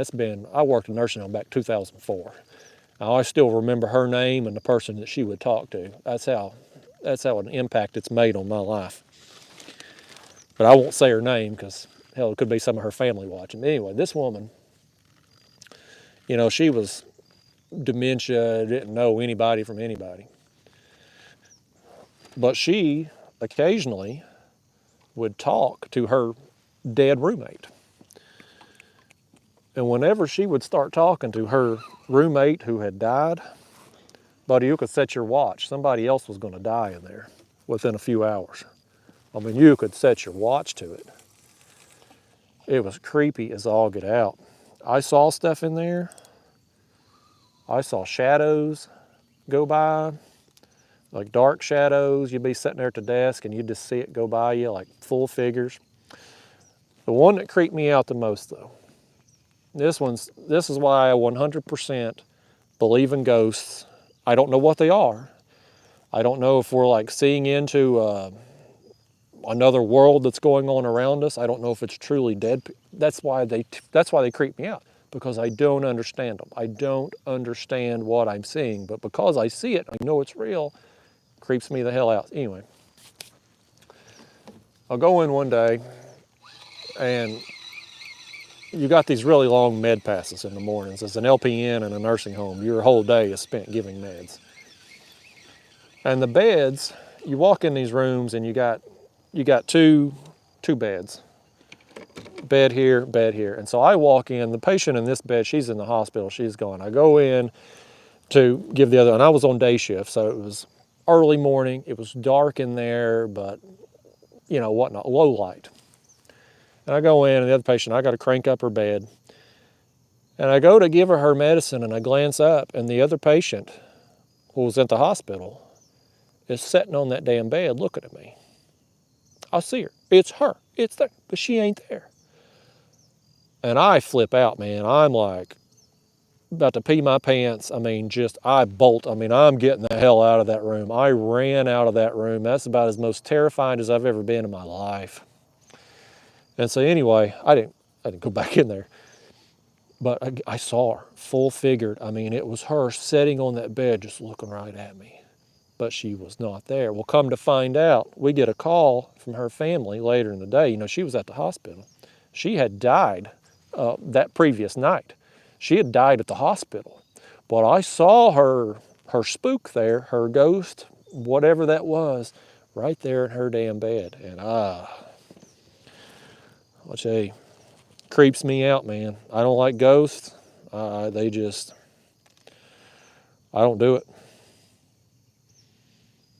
There's something just, it just changed. I've watched a lot of people die, and this is gruesome and all. Nobody wants to hear about death. We all gonna die. I've watched a lot of people die throughout my time, both in the nursing home as an LPN and, of course, working in the ER as an RN. It's just the way it is. You're around death all the time, but something just changes. When a person dies, there's a change. You can just see it's just different. And I don't know. I don't know what's waiting on us after death. No, none of us truly know. The religious nuts, they swear they know. But none of us truly know until we get there. But I don't know. I don't know, man. I've often wondered, and this is crazy talk right here, but like, I've wondered if there's alternate universes going on, like out here I'm out here, but like, is there a different wavelength? Like our eyes only see certain colors and our ears only hear certain frequencies. Could there be another like alternate universe happening in this same area at the same time? And maybe if the Earth is on a certain tilt or electromagnetic lightning in the air, maybe you can get a brief glimpse into that other universe at times, and maybe that's what we're seeing when we see a ghost or something we think we see, or who knows? I don't know. But again, because I don't know, that's why it creeps me out so bad. I don't like things I don't understand. And there's no defense against the ghost. You can't kill them, they're already dead. If somebody breaks into my house, I can shoot their ass. I can whip out the bang bang and put them down. A ghost? Can't kill what's already dead. Unless you like the Walking Dead, like a zombie or something, then you just go for the brain. That's how Rick Grimes put them down on The Walking Dead, but them spooks, man. I don't like them. So there you go, Lynn. There's you the creepy story. Most terrified I've been in my life while we rebait. I can still see her to this day. I mean, I worked nursing home, my first job out of LPN school. So this was 2004. I remember the patient's name, which I can't say. HIPAA and all. I remember what she looked like. Creepy. So creepy.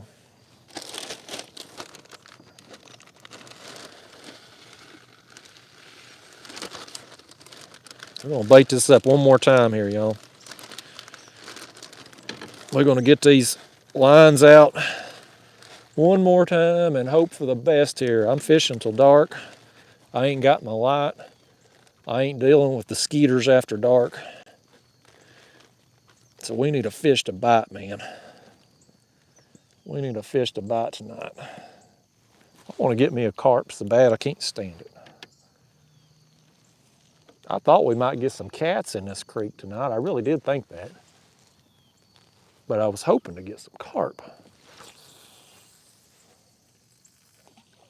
We ain't seen hide nor hair of a carp and ain't seen much of the cats. Okay. I think we got everything rebaited now.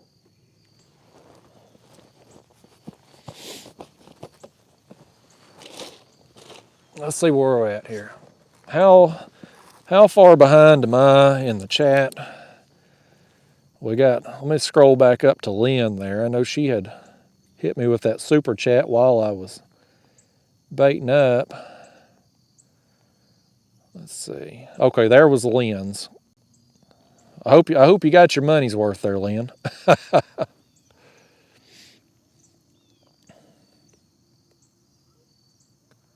Scott Harbaugh, how long were you in nursing and why you leave? Well, I left because I can fish for a living. Why the hell wouldn't I? I've been fishing for the last couple of years. Well, why the hell I'd want to keep doing a job I hate if I don't have to. But yeah, I was traveling too. I traveled from 2011 until I quit. It's much better money than working at home here for sure.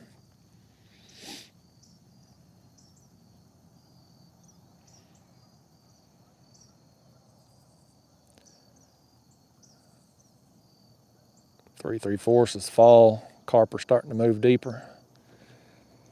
Well, I was hoping we'd get some in here. I mean, it's still high 70s on the water temps in here.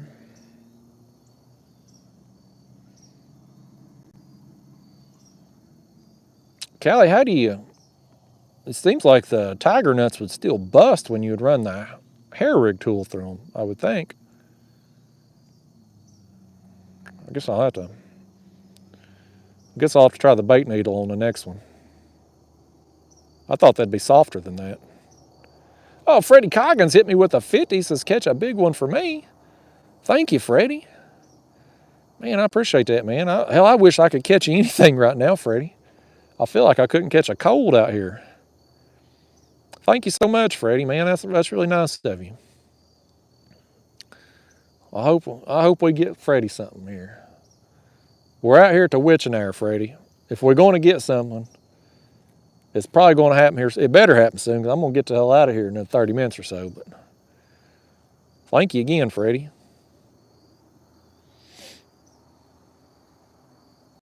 Lynn said I gave her chill bumps. Gave me chill bumps too.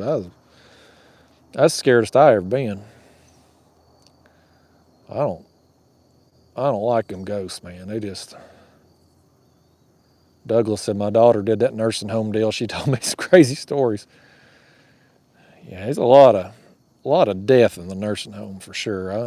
I'm convinced they're all haunted.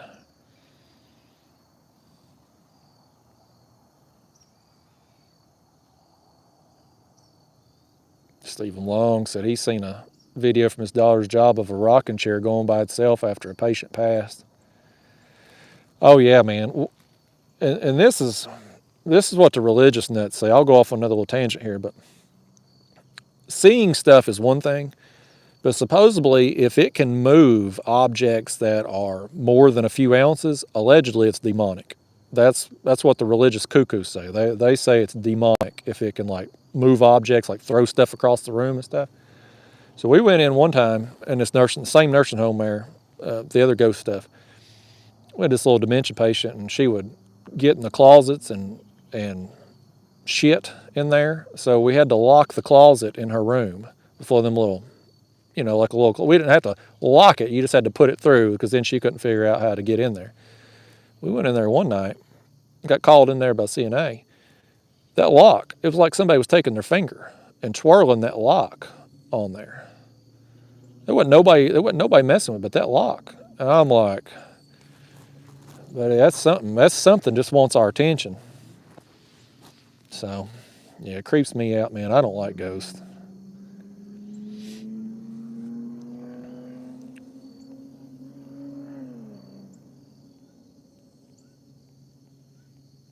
"334 said if you're seeing ghosts, you better invest in carbon monoxide alarms." That's probably good advice right there. Let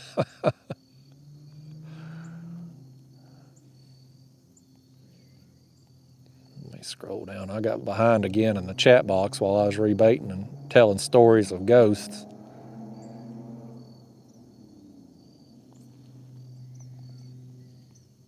Lord, Mac McKenna said I'd be out of that car if I saw something in the passenger seat with me. Lord. Well, I'll tell you this, Mac McKenna. So my buddy Eric Romines, we call him Pro Mines, he's got a YouTube channel there too. Fisherman, he's got a boat now. He used to kayak fish, he's got a boat. He sent me a video a while back. Him and his girlfriend Holly was out there in the boat. And he saw something. He said he saw a full person in the boat. He's not as creeped out by ghosts as I am, but he saw like a full person. And he sent me a video. He got the damn thing on camera. He was filming in his boat, and they were by a bridge, and like the lights on the bridge, you could see the shadow walk by. And I'm like, man, I'd have let that ghost have the boat. I'd have been swimming home, by gosh. He ain't creeped out at all by it, though. I told him I wasn't ever getting on that boat again. Willa said there might be ghosts in the shallow. Something scared these fish off. We ain't having a bit of luck out here tonight. I suck at fishing.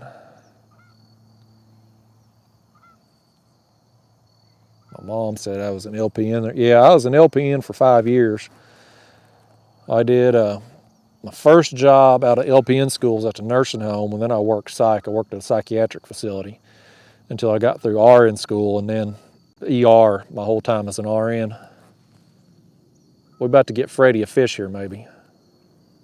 Freddie Coggins, if you still watching, we're about to jerk one's jaw right here. I'm gonna go ahead and get the camera back in the chest because I think he may have that bait. My line's still moving, even though the rod tip ain't. Oh, I see what's over there. I see a turtle poked his head up over by my line.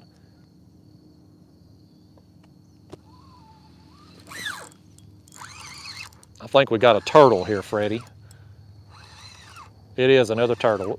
The same rod. I wonder if it's the same turtle that we got over there earlier. Did he find his way back over to that area? Goodness gracious. Freddie Coggins wanted a big fish, y'all. And all I'm catching out here tonight's daggone turtles. 2 turtles, a channel cat, and no, this is a smaller turtle right here. That's another slider though. He's pretty. Let's get him over here. Let's get this hook out of this thing's jaw. Daggone. Freddie, I tried my doggone this here to get you a big fish, and this turtle said that he was going to steal the show tonight.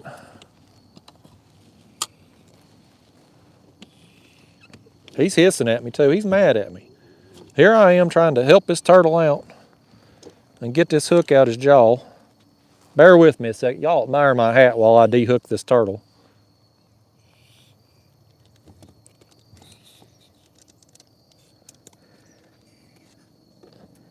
Okay. Got the hook out. You're going to hold yourself up here and say hi to Freddie Coggins, turtle. Look at him. Look at him. Oh, hissing thing. He's mad. His shell, though. I'm going to turn you around here so they can see your shell, turtle. Look at his shell. He's got some unique marks on there. I'd like to be holding up a big flathead turtle, showing off his unique color, but instead we're showing you off. We got to give this turtle some camera time.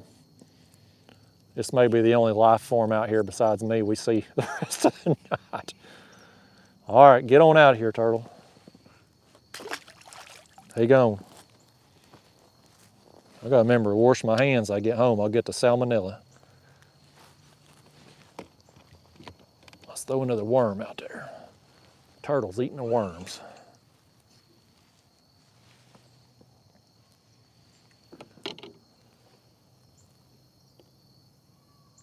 Can't believe, not one carp, man.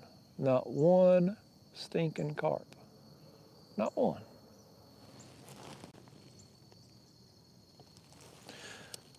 We've made it work though. Through technical difficulties of my power pole tearing up, we've improvised. We've had a good time tonight. I've had a good time tonight, even without the fish being cooperative. We get it done in the end.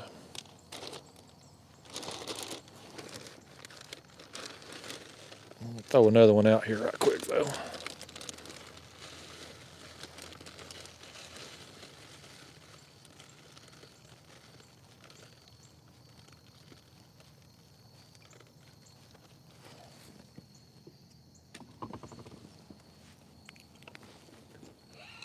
Dun, dun, dun, dun, dun. All right.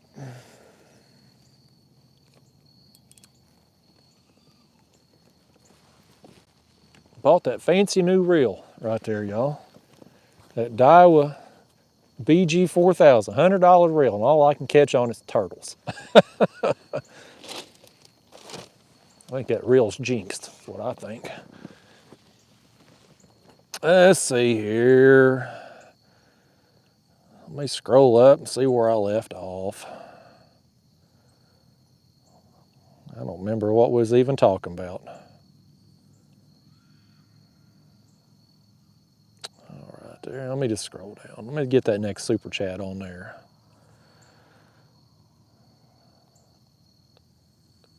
Pontoon Jody saying hi to Captain Morgan. Captain Morgan must be in the house.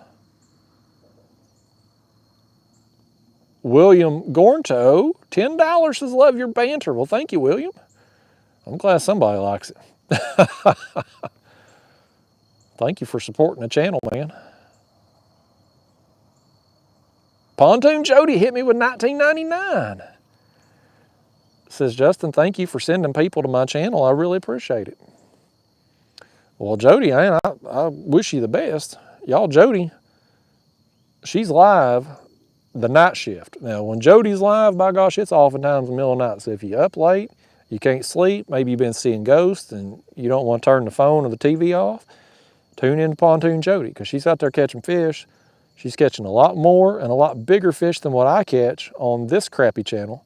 But she's doing it. Pontoon Jody, every Thursday night she's got her tournament. So check that out. But she's live a lot of times too. She's live a lot more than just Thursday night tournaments. So thank you for that super chat, Jody. I hope we can get a few more people over there to your channel.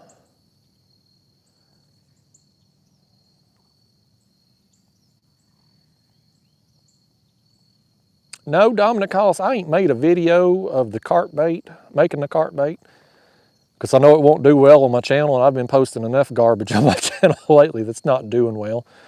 But I'll probably do something at some point. I've still been back and forth if I'm going to make a separate channel for the carp fishing or just keep going on this one. And so, back and forth on it. But if I did make a second channel, I would definitely add that video to it. Either way, I'll end up doing something. But I went on Catfish and Carp's YouTube channel. That's how I found this recipe. It's his panko corn and jello recipe. I watched his video to learn how to make this.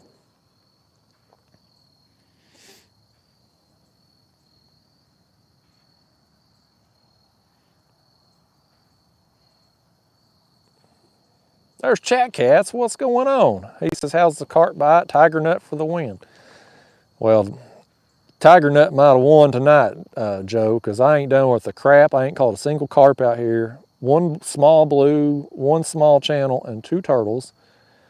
And I am unprepared to connect a tiger nut to my line because they are hard as a rock.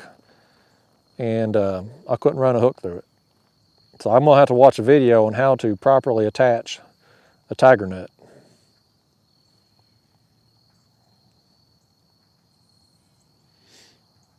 Muddy Blue Cat says he didn't catch a carp either. I feel your pain, man.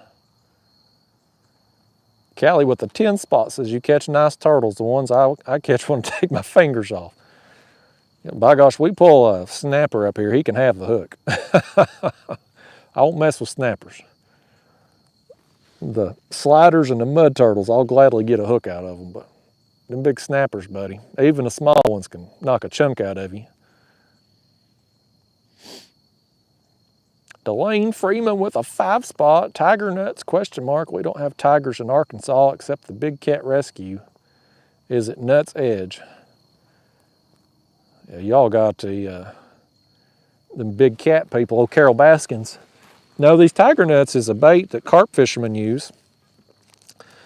And Josh over there at Catfish Baits, Tips and Tricks, or Carp and Catfish, well, he's got such a long channel name. Catfish and Carp Baits, Tips, Techniques. Y'all know who the hell I'm talking about. He sent me some of these tiger nuts here, and I've been going to use them. He also sent me some carp scents too, to like mix pack bait with, but my dog ate it. She got up on the porch table and ate that whole damn bottle. I hope it's safe for pets. Maybe that's why she's been farting so much lately. She got into that carp bait, ate the whole thing. So, anyway. That guy, somebody said he was live early. He's live all the time too. He's a lot better carp fisherman than I am. He does a lot of carp fishing. I don't even know where he's at.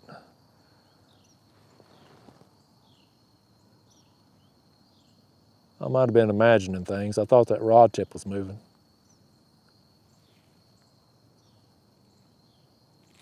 Probably wishful thinking.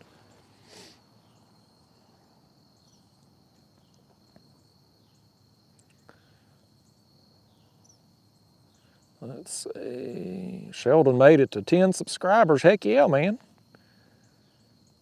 Your channel will blow up before you know it. And Brian Forrest, we've been telling way too many stories tonight. Way too many. Philip Highland with 25. He says, tuning in late again. How's it going, man? Catch any big ones? No, man, Philip, it's been rough out here. Now, thank you for that super chat. I've caught 1 small blue, a small channel, and 2 turtles. And the turtles have been the most exciting catches. I suck at fishing. I suck at this job, folks. I suck at it. Last night I went catfishing. I caught a couple dinks. It was terrible then. And the day before I didn't do any good. I'm in a slump. You know, even old Barry Bonds, who was all roided it up there, you know, breaking home run records because he got all horse testosterone in his system. Even he went through a slump occasionally. By gosh, I'm in a slump right now. I'm gonna do some ultralight fishing tomorrow. Anytime I'm in a slump, I can go ultralight fishing and catch some fish. I'm gonna do that tomorrow. I was gonna go carp fishing tomorrow. I was really looking forward to it. If you've tuned in late, my power pole tore up. I'm down to 1 power pole back here. My other one's malfunctioning.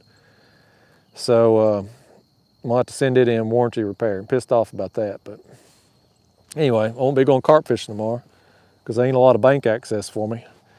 So I'm gonna do some ultralight fishing. I still gotta film another bicycle. I got 1 more bicycle video I gotta film. I'm gonna try to knock that out this weekend. I gotta get that done. That's like the last thing on my agenda that I have to do, my last commitment. And I had another email today from a bicycle company. I guess they've seen, I'm like bicycle salesman of the year over in China, man. All these companies want a piece of me, man, all of them. So I got another company that reached out via email, and I'm probably gonna let them send me a bike too, because I ain't got enough electric bikes. If things go bad on my channel, I may could just like take electric bikes, make videos, sell the bikes, and sustain myself. I may be able to sustain life just doing a bicycle video a week. I mean, what a world. What a world we live in. But I'm on like every China bike salesman, every company over there, I'm in their Rolodex now, man. They're all after me. No, Corey, I didn't pre-chum tonight. I brought some chum with me, and I was wanting to get set up before I before I got lines in and went live and everything, but my power poles messed up. One of my power poles messed up. I spent too much time tinkering with it, trying to get it to work, and I didn't have time, and so I ended up just casting baits out after I went live. And so, again, ideally I would have pre-baited an area a day or two in advance and then come out here. I didn't do that. I've been catfishing the last couple of days. That's one thing. If things work out for me to get this boat tomorrow, one thing that would be nice to do with that boat, because I'm basically going to be using it for catching bait and carp, I could go and pre-bait areas, you know, like I could run in this creek, throw out a bucket of chum, go hit the next creek, go up on the flat. I could bait several areas at a time, and then go back the next couple days and hit those same spots. That way, if I come in here and I've pre-baited and somebody's fishing back here, or you know, whatever for a reason I can't fish back here, I could go hit the next spot. Whereas with the kayak, I just can't cover as much water, you know. I just can't do that. So we'll see if things work out tomorrow. I'm gonna go meet up with, I think I'm gonna meet up with this guy. As long as his schedule ain't changed, I'm gonna go meet up with the guy, take a look at this thing. As long as the motor's good, I think we got a deal.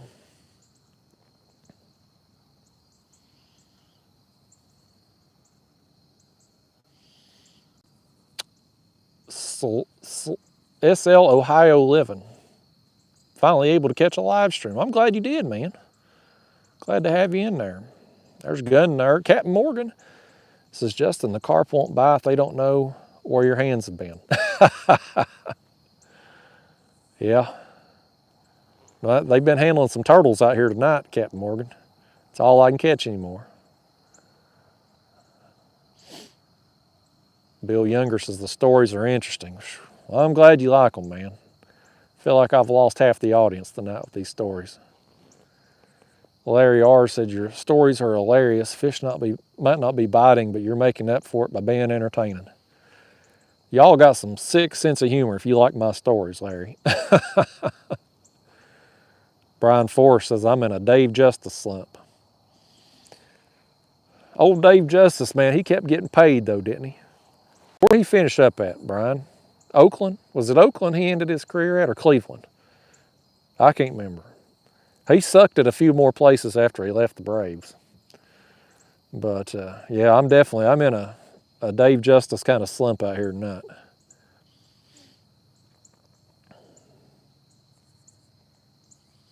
Yeah, Vox Guitar, I could use an anchor. I don't like using 2 anchors in a kayak because it's a lot of bulk and a lot of weight to carry around. And if I was going to use 2 anchors, it would be ideally tie off really tight on the front and really tight off the back. Because I got the power poles because I didn't want a whole lot of this. You know, I didn't want the kayak and the wind and the boat wakes and stuff. I didn't want this swaying. Or if a fish hits on this rod, I didn't want it pulling me over here and moving my other rods. With the carp, and again, I'm a total idiot on carp, as evidenced tonight in me getting skunked on them. The success, at least if I get my words out, the success I have had, my baits are still. Like I've been trying some stuff that you haven't seen on camera because it just hasn't worked out for me to put out a video. I've been trying to suspend some baits for carp, like fishing deeper. I just can't get them to eat it. And so I like my baits to be still, and it's hard to do that. It's hard to stay still enough with 2 anchors, especially in the kayak, and me not being able to do front and back like I would ideally like.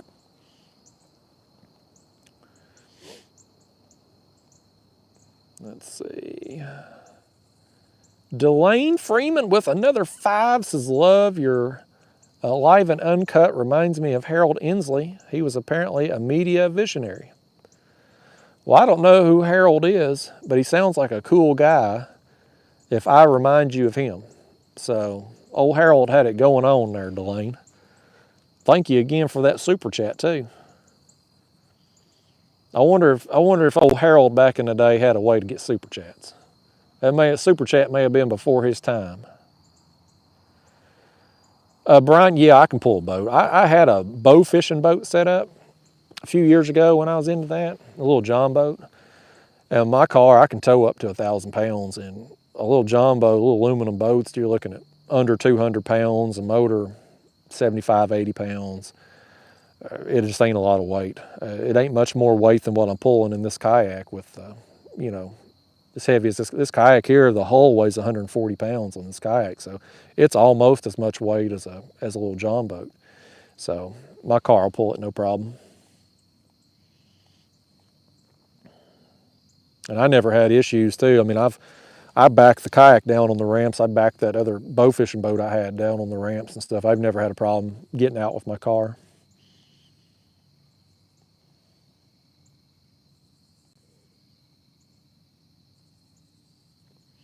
Delane says, the fisherman's friend before my time. Yeah, it probably was. I watched a YouTube video of another guy, and I'm trying to think of his name. It was like old, I guess old VHS tapes or something that people had put on YouTube, and he was an older guy, and oh my gosh, I can't remember his name now, but he was like really entertaining. He had like a really good show. I think it was Bipper Baits maybe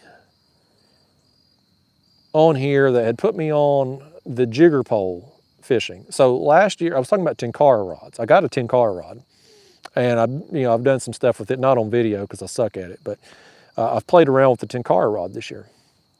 And I think it was Bipper Baits on the channel here had told me to look up jigger pole fishing. And that's some pretty crazy stuff. That jigger pole fishing, it's basically like a long bamboo pole with about 6 inches of line and a topwater plug.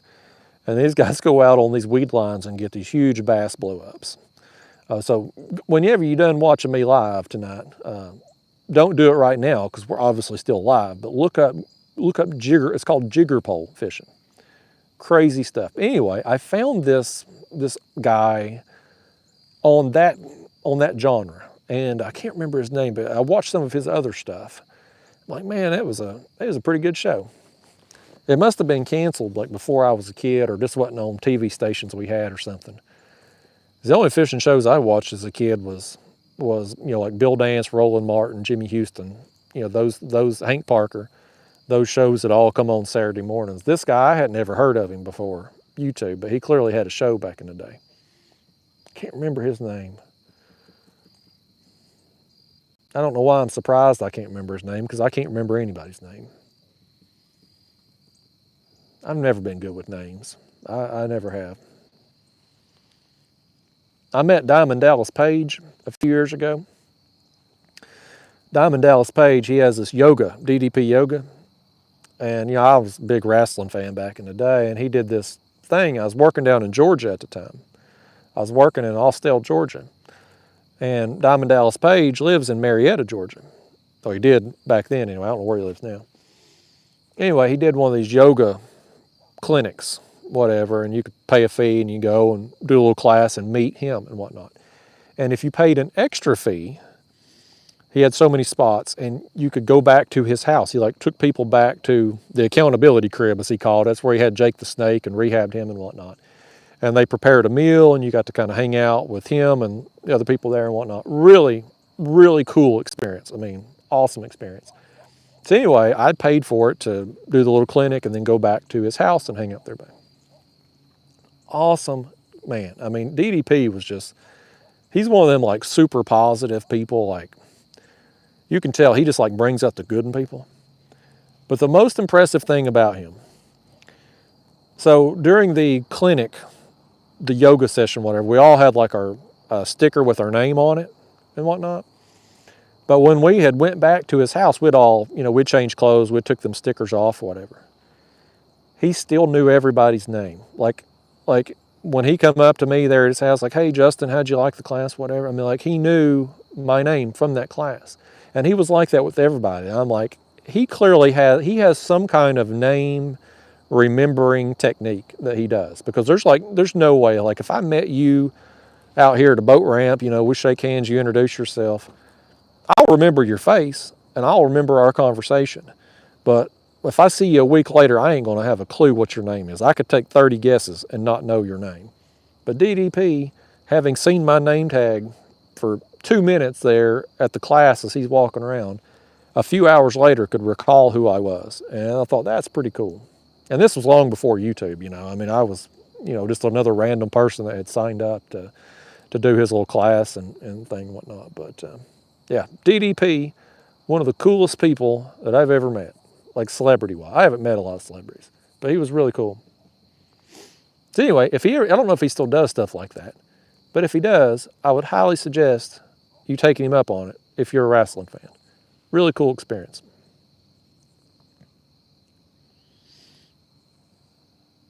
I don't know where the hell I left off. Well, there's Delane's comment.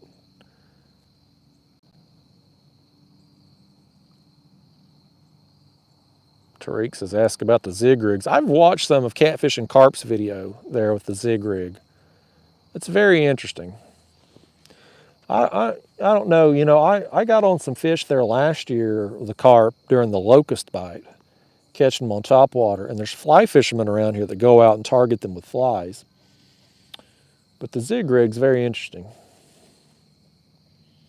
I'm still trying to learn how to catch them here with pack bait, because I apparently can't do that tonight.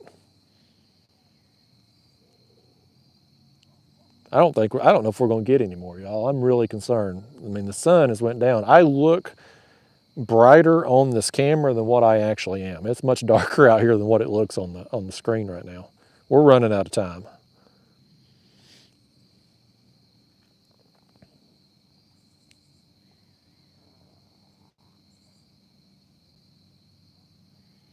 Y'all talking about Dr. Pimple Popper on there. Some people get into that stuff too.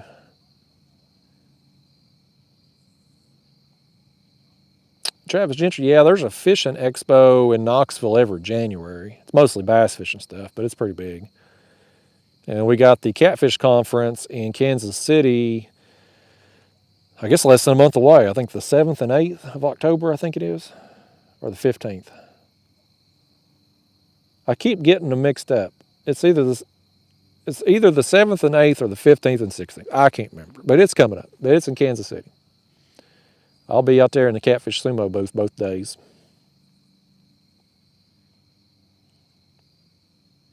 Yeah, that whole documentary there with DDP and Jake the Snake was pretty inspiring. I really think Jake the Snake would probably be dead by now if it wasn't for DDP and getting him sobered up and everything. Really cool thing he did. And the whole Arthur Borman story too, man, that was really cool. Really cool what DDP did with him.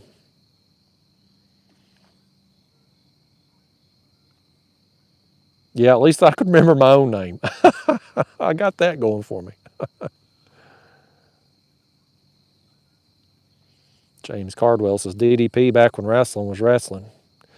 Yeah, I agree. It ain't worth watching anymore. And now I guess CM Punk's hurt and suspended. He ain't coming back because he got in a fight behind the scenes. A real fight, apparently. MJF's the only wrestler in the current generation that's worth watching, and he ain't got nobody to wrestle, so can't even hardly enjoy him.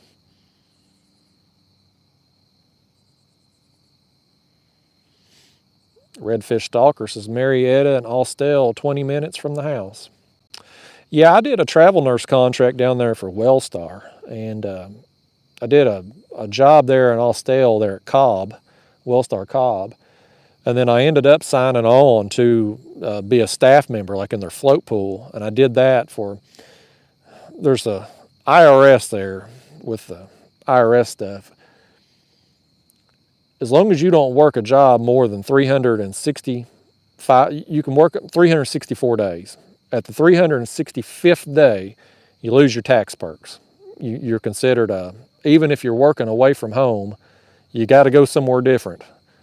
After 364 days, you lose your tax benefits. So I did a travel nurse contract, 13 weeks, and then got on in their float pool, just hired on with Wellstar Systems. So I was at Cobb and Douglas and Kennestone down there in Marietta and did all those hospitals in the float pool for 364 days. And I had my notice time so that I was out of there for IRS purposes on the 364th day and then went back to regular traveling.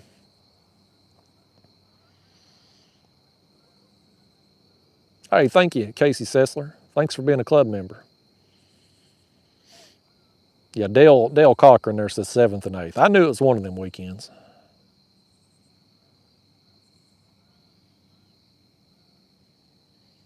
Steve Renfro says, Old Town owes you a referral fee.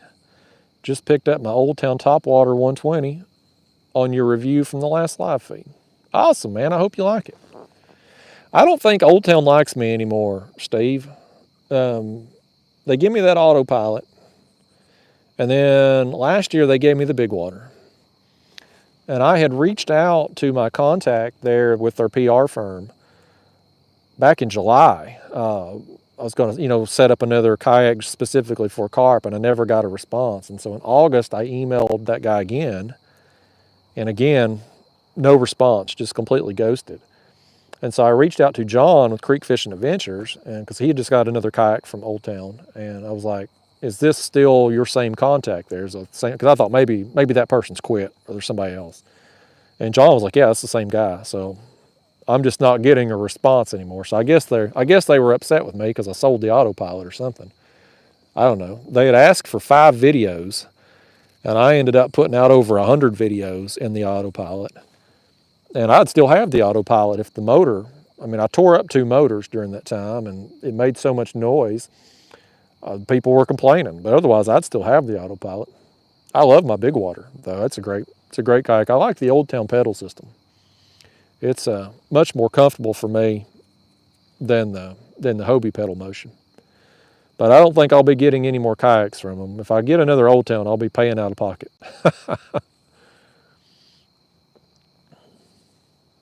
Skeeters are out, y'all. Skeeters are out. I saw one on my phone just then. There's Mike Barron. He says, hey, buddy, how you been? Catch one for me and my wife, Amy, please and thank you. I don't think we're catching any more stuff tonight, Mike. I'm about to pack it up here in the next few minutes. I gotta climb. This is a show. I should be filming the show here, getting this power pole up. So, again, for those of you tuning in late, for those of you that's been here the whole stream, you've heard me gripe nonstop about the power poles. This one's tore up on this side over here. I would drive it down into the ground, and after 30 seconds, it would keep shooting it back up for some reason. So I had to drive it down and then pull the battery pack off. Well, you can see that's a little bit of a distance to get back there to them power poles. So for me to do that, I gotta climb up over the seat. It's an ordeal to get back there. So that's going to be a show doing that in the dark here in a few minutes. I probably need to wrap this up before it gets completely dark, just so that I can more easily do that. Be able to see what I'm doing. Mike said he just got here too. You ain't missed nothing, Mike. It's been a slow night for me. I suck at fishing. I just I'll come out here with good intentions, and the fish say, hell with you. We've caught as many turtles as we've caught fish tonight. The turtles have been the star of the show tonight.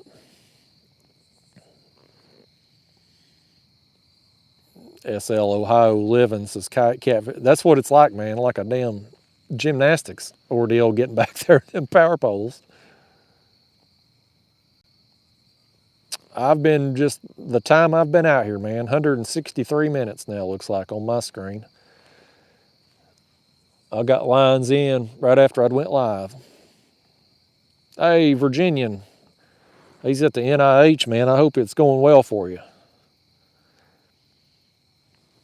We just getting ready to wrap it up, Virginian. We'll see you next time, Douglas Medlin. Thanks for tuning in. Hope things are going well with your daughter there, Douglas. She's a travel nurse. She's working a contract in my neck of the woods up here in the Knoxville area now. So, yeah, I should have brought the thermocell, Carrie. That's for damn sure. Vox Guitar X is plugged hydraulics. No, I don't think so. The hydraulics seem to be working. It's driving the pole down. It's driving it up, but it's like for some reason, it keeps sending the pole back up. It's like you've hit the up button, even though I haven't hit the up button. So I don't know what's causing it to do that.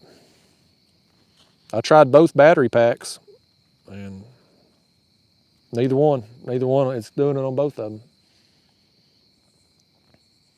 There's the Fishing Wolf. Philip Holland with the 10 says, be safe getting home, man. Until next time. Well, thank you, Philip. Thanks for tuning in. Thanks for the super chats. There's Steve Renfro's. Let's keep the content coming. Yeah, I'm going to, man. We'll keep it rolling as long as y'all keep watching.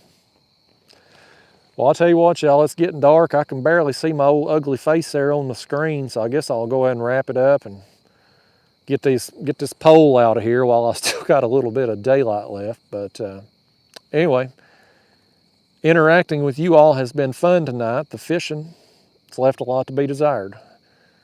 Thank goodness for the turtles so we could get a little bit of a tug on the line.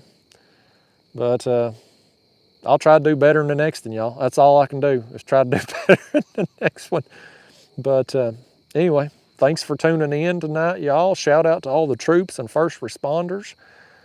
Shout out to Matt Holichek. He wasn't in here tonight, but he always likes me to shout the troops and first responders out. But anyway, I guess I'm gonna head to the house, y'all. Tail tucked between my legs. For those of you that wasn't grossed out by my ER stories, I'll see you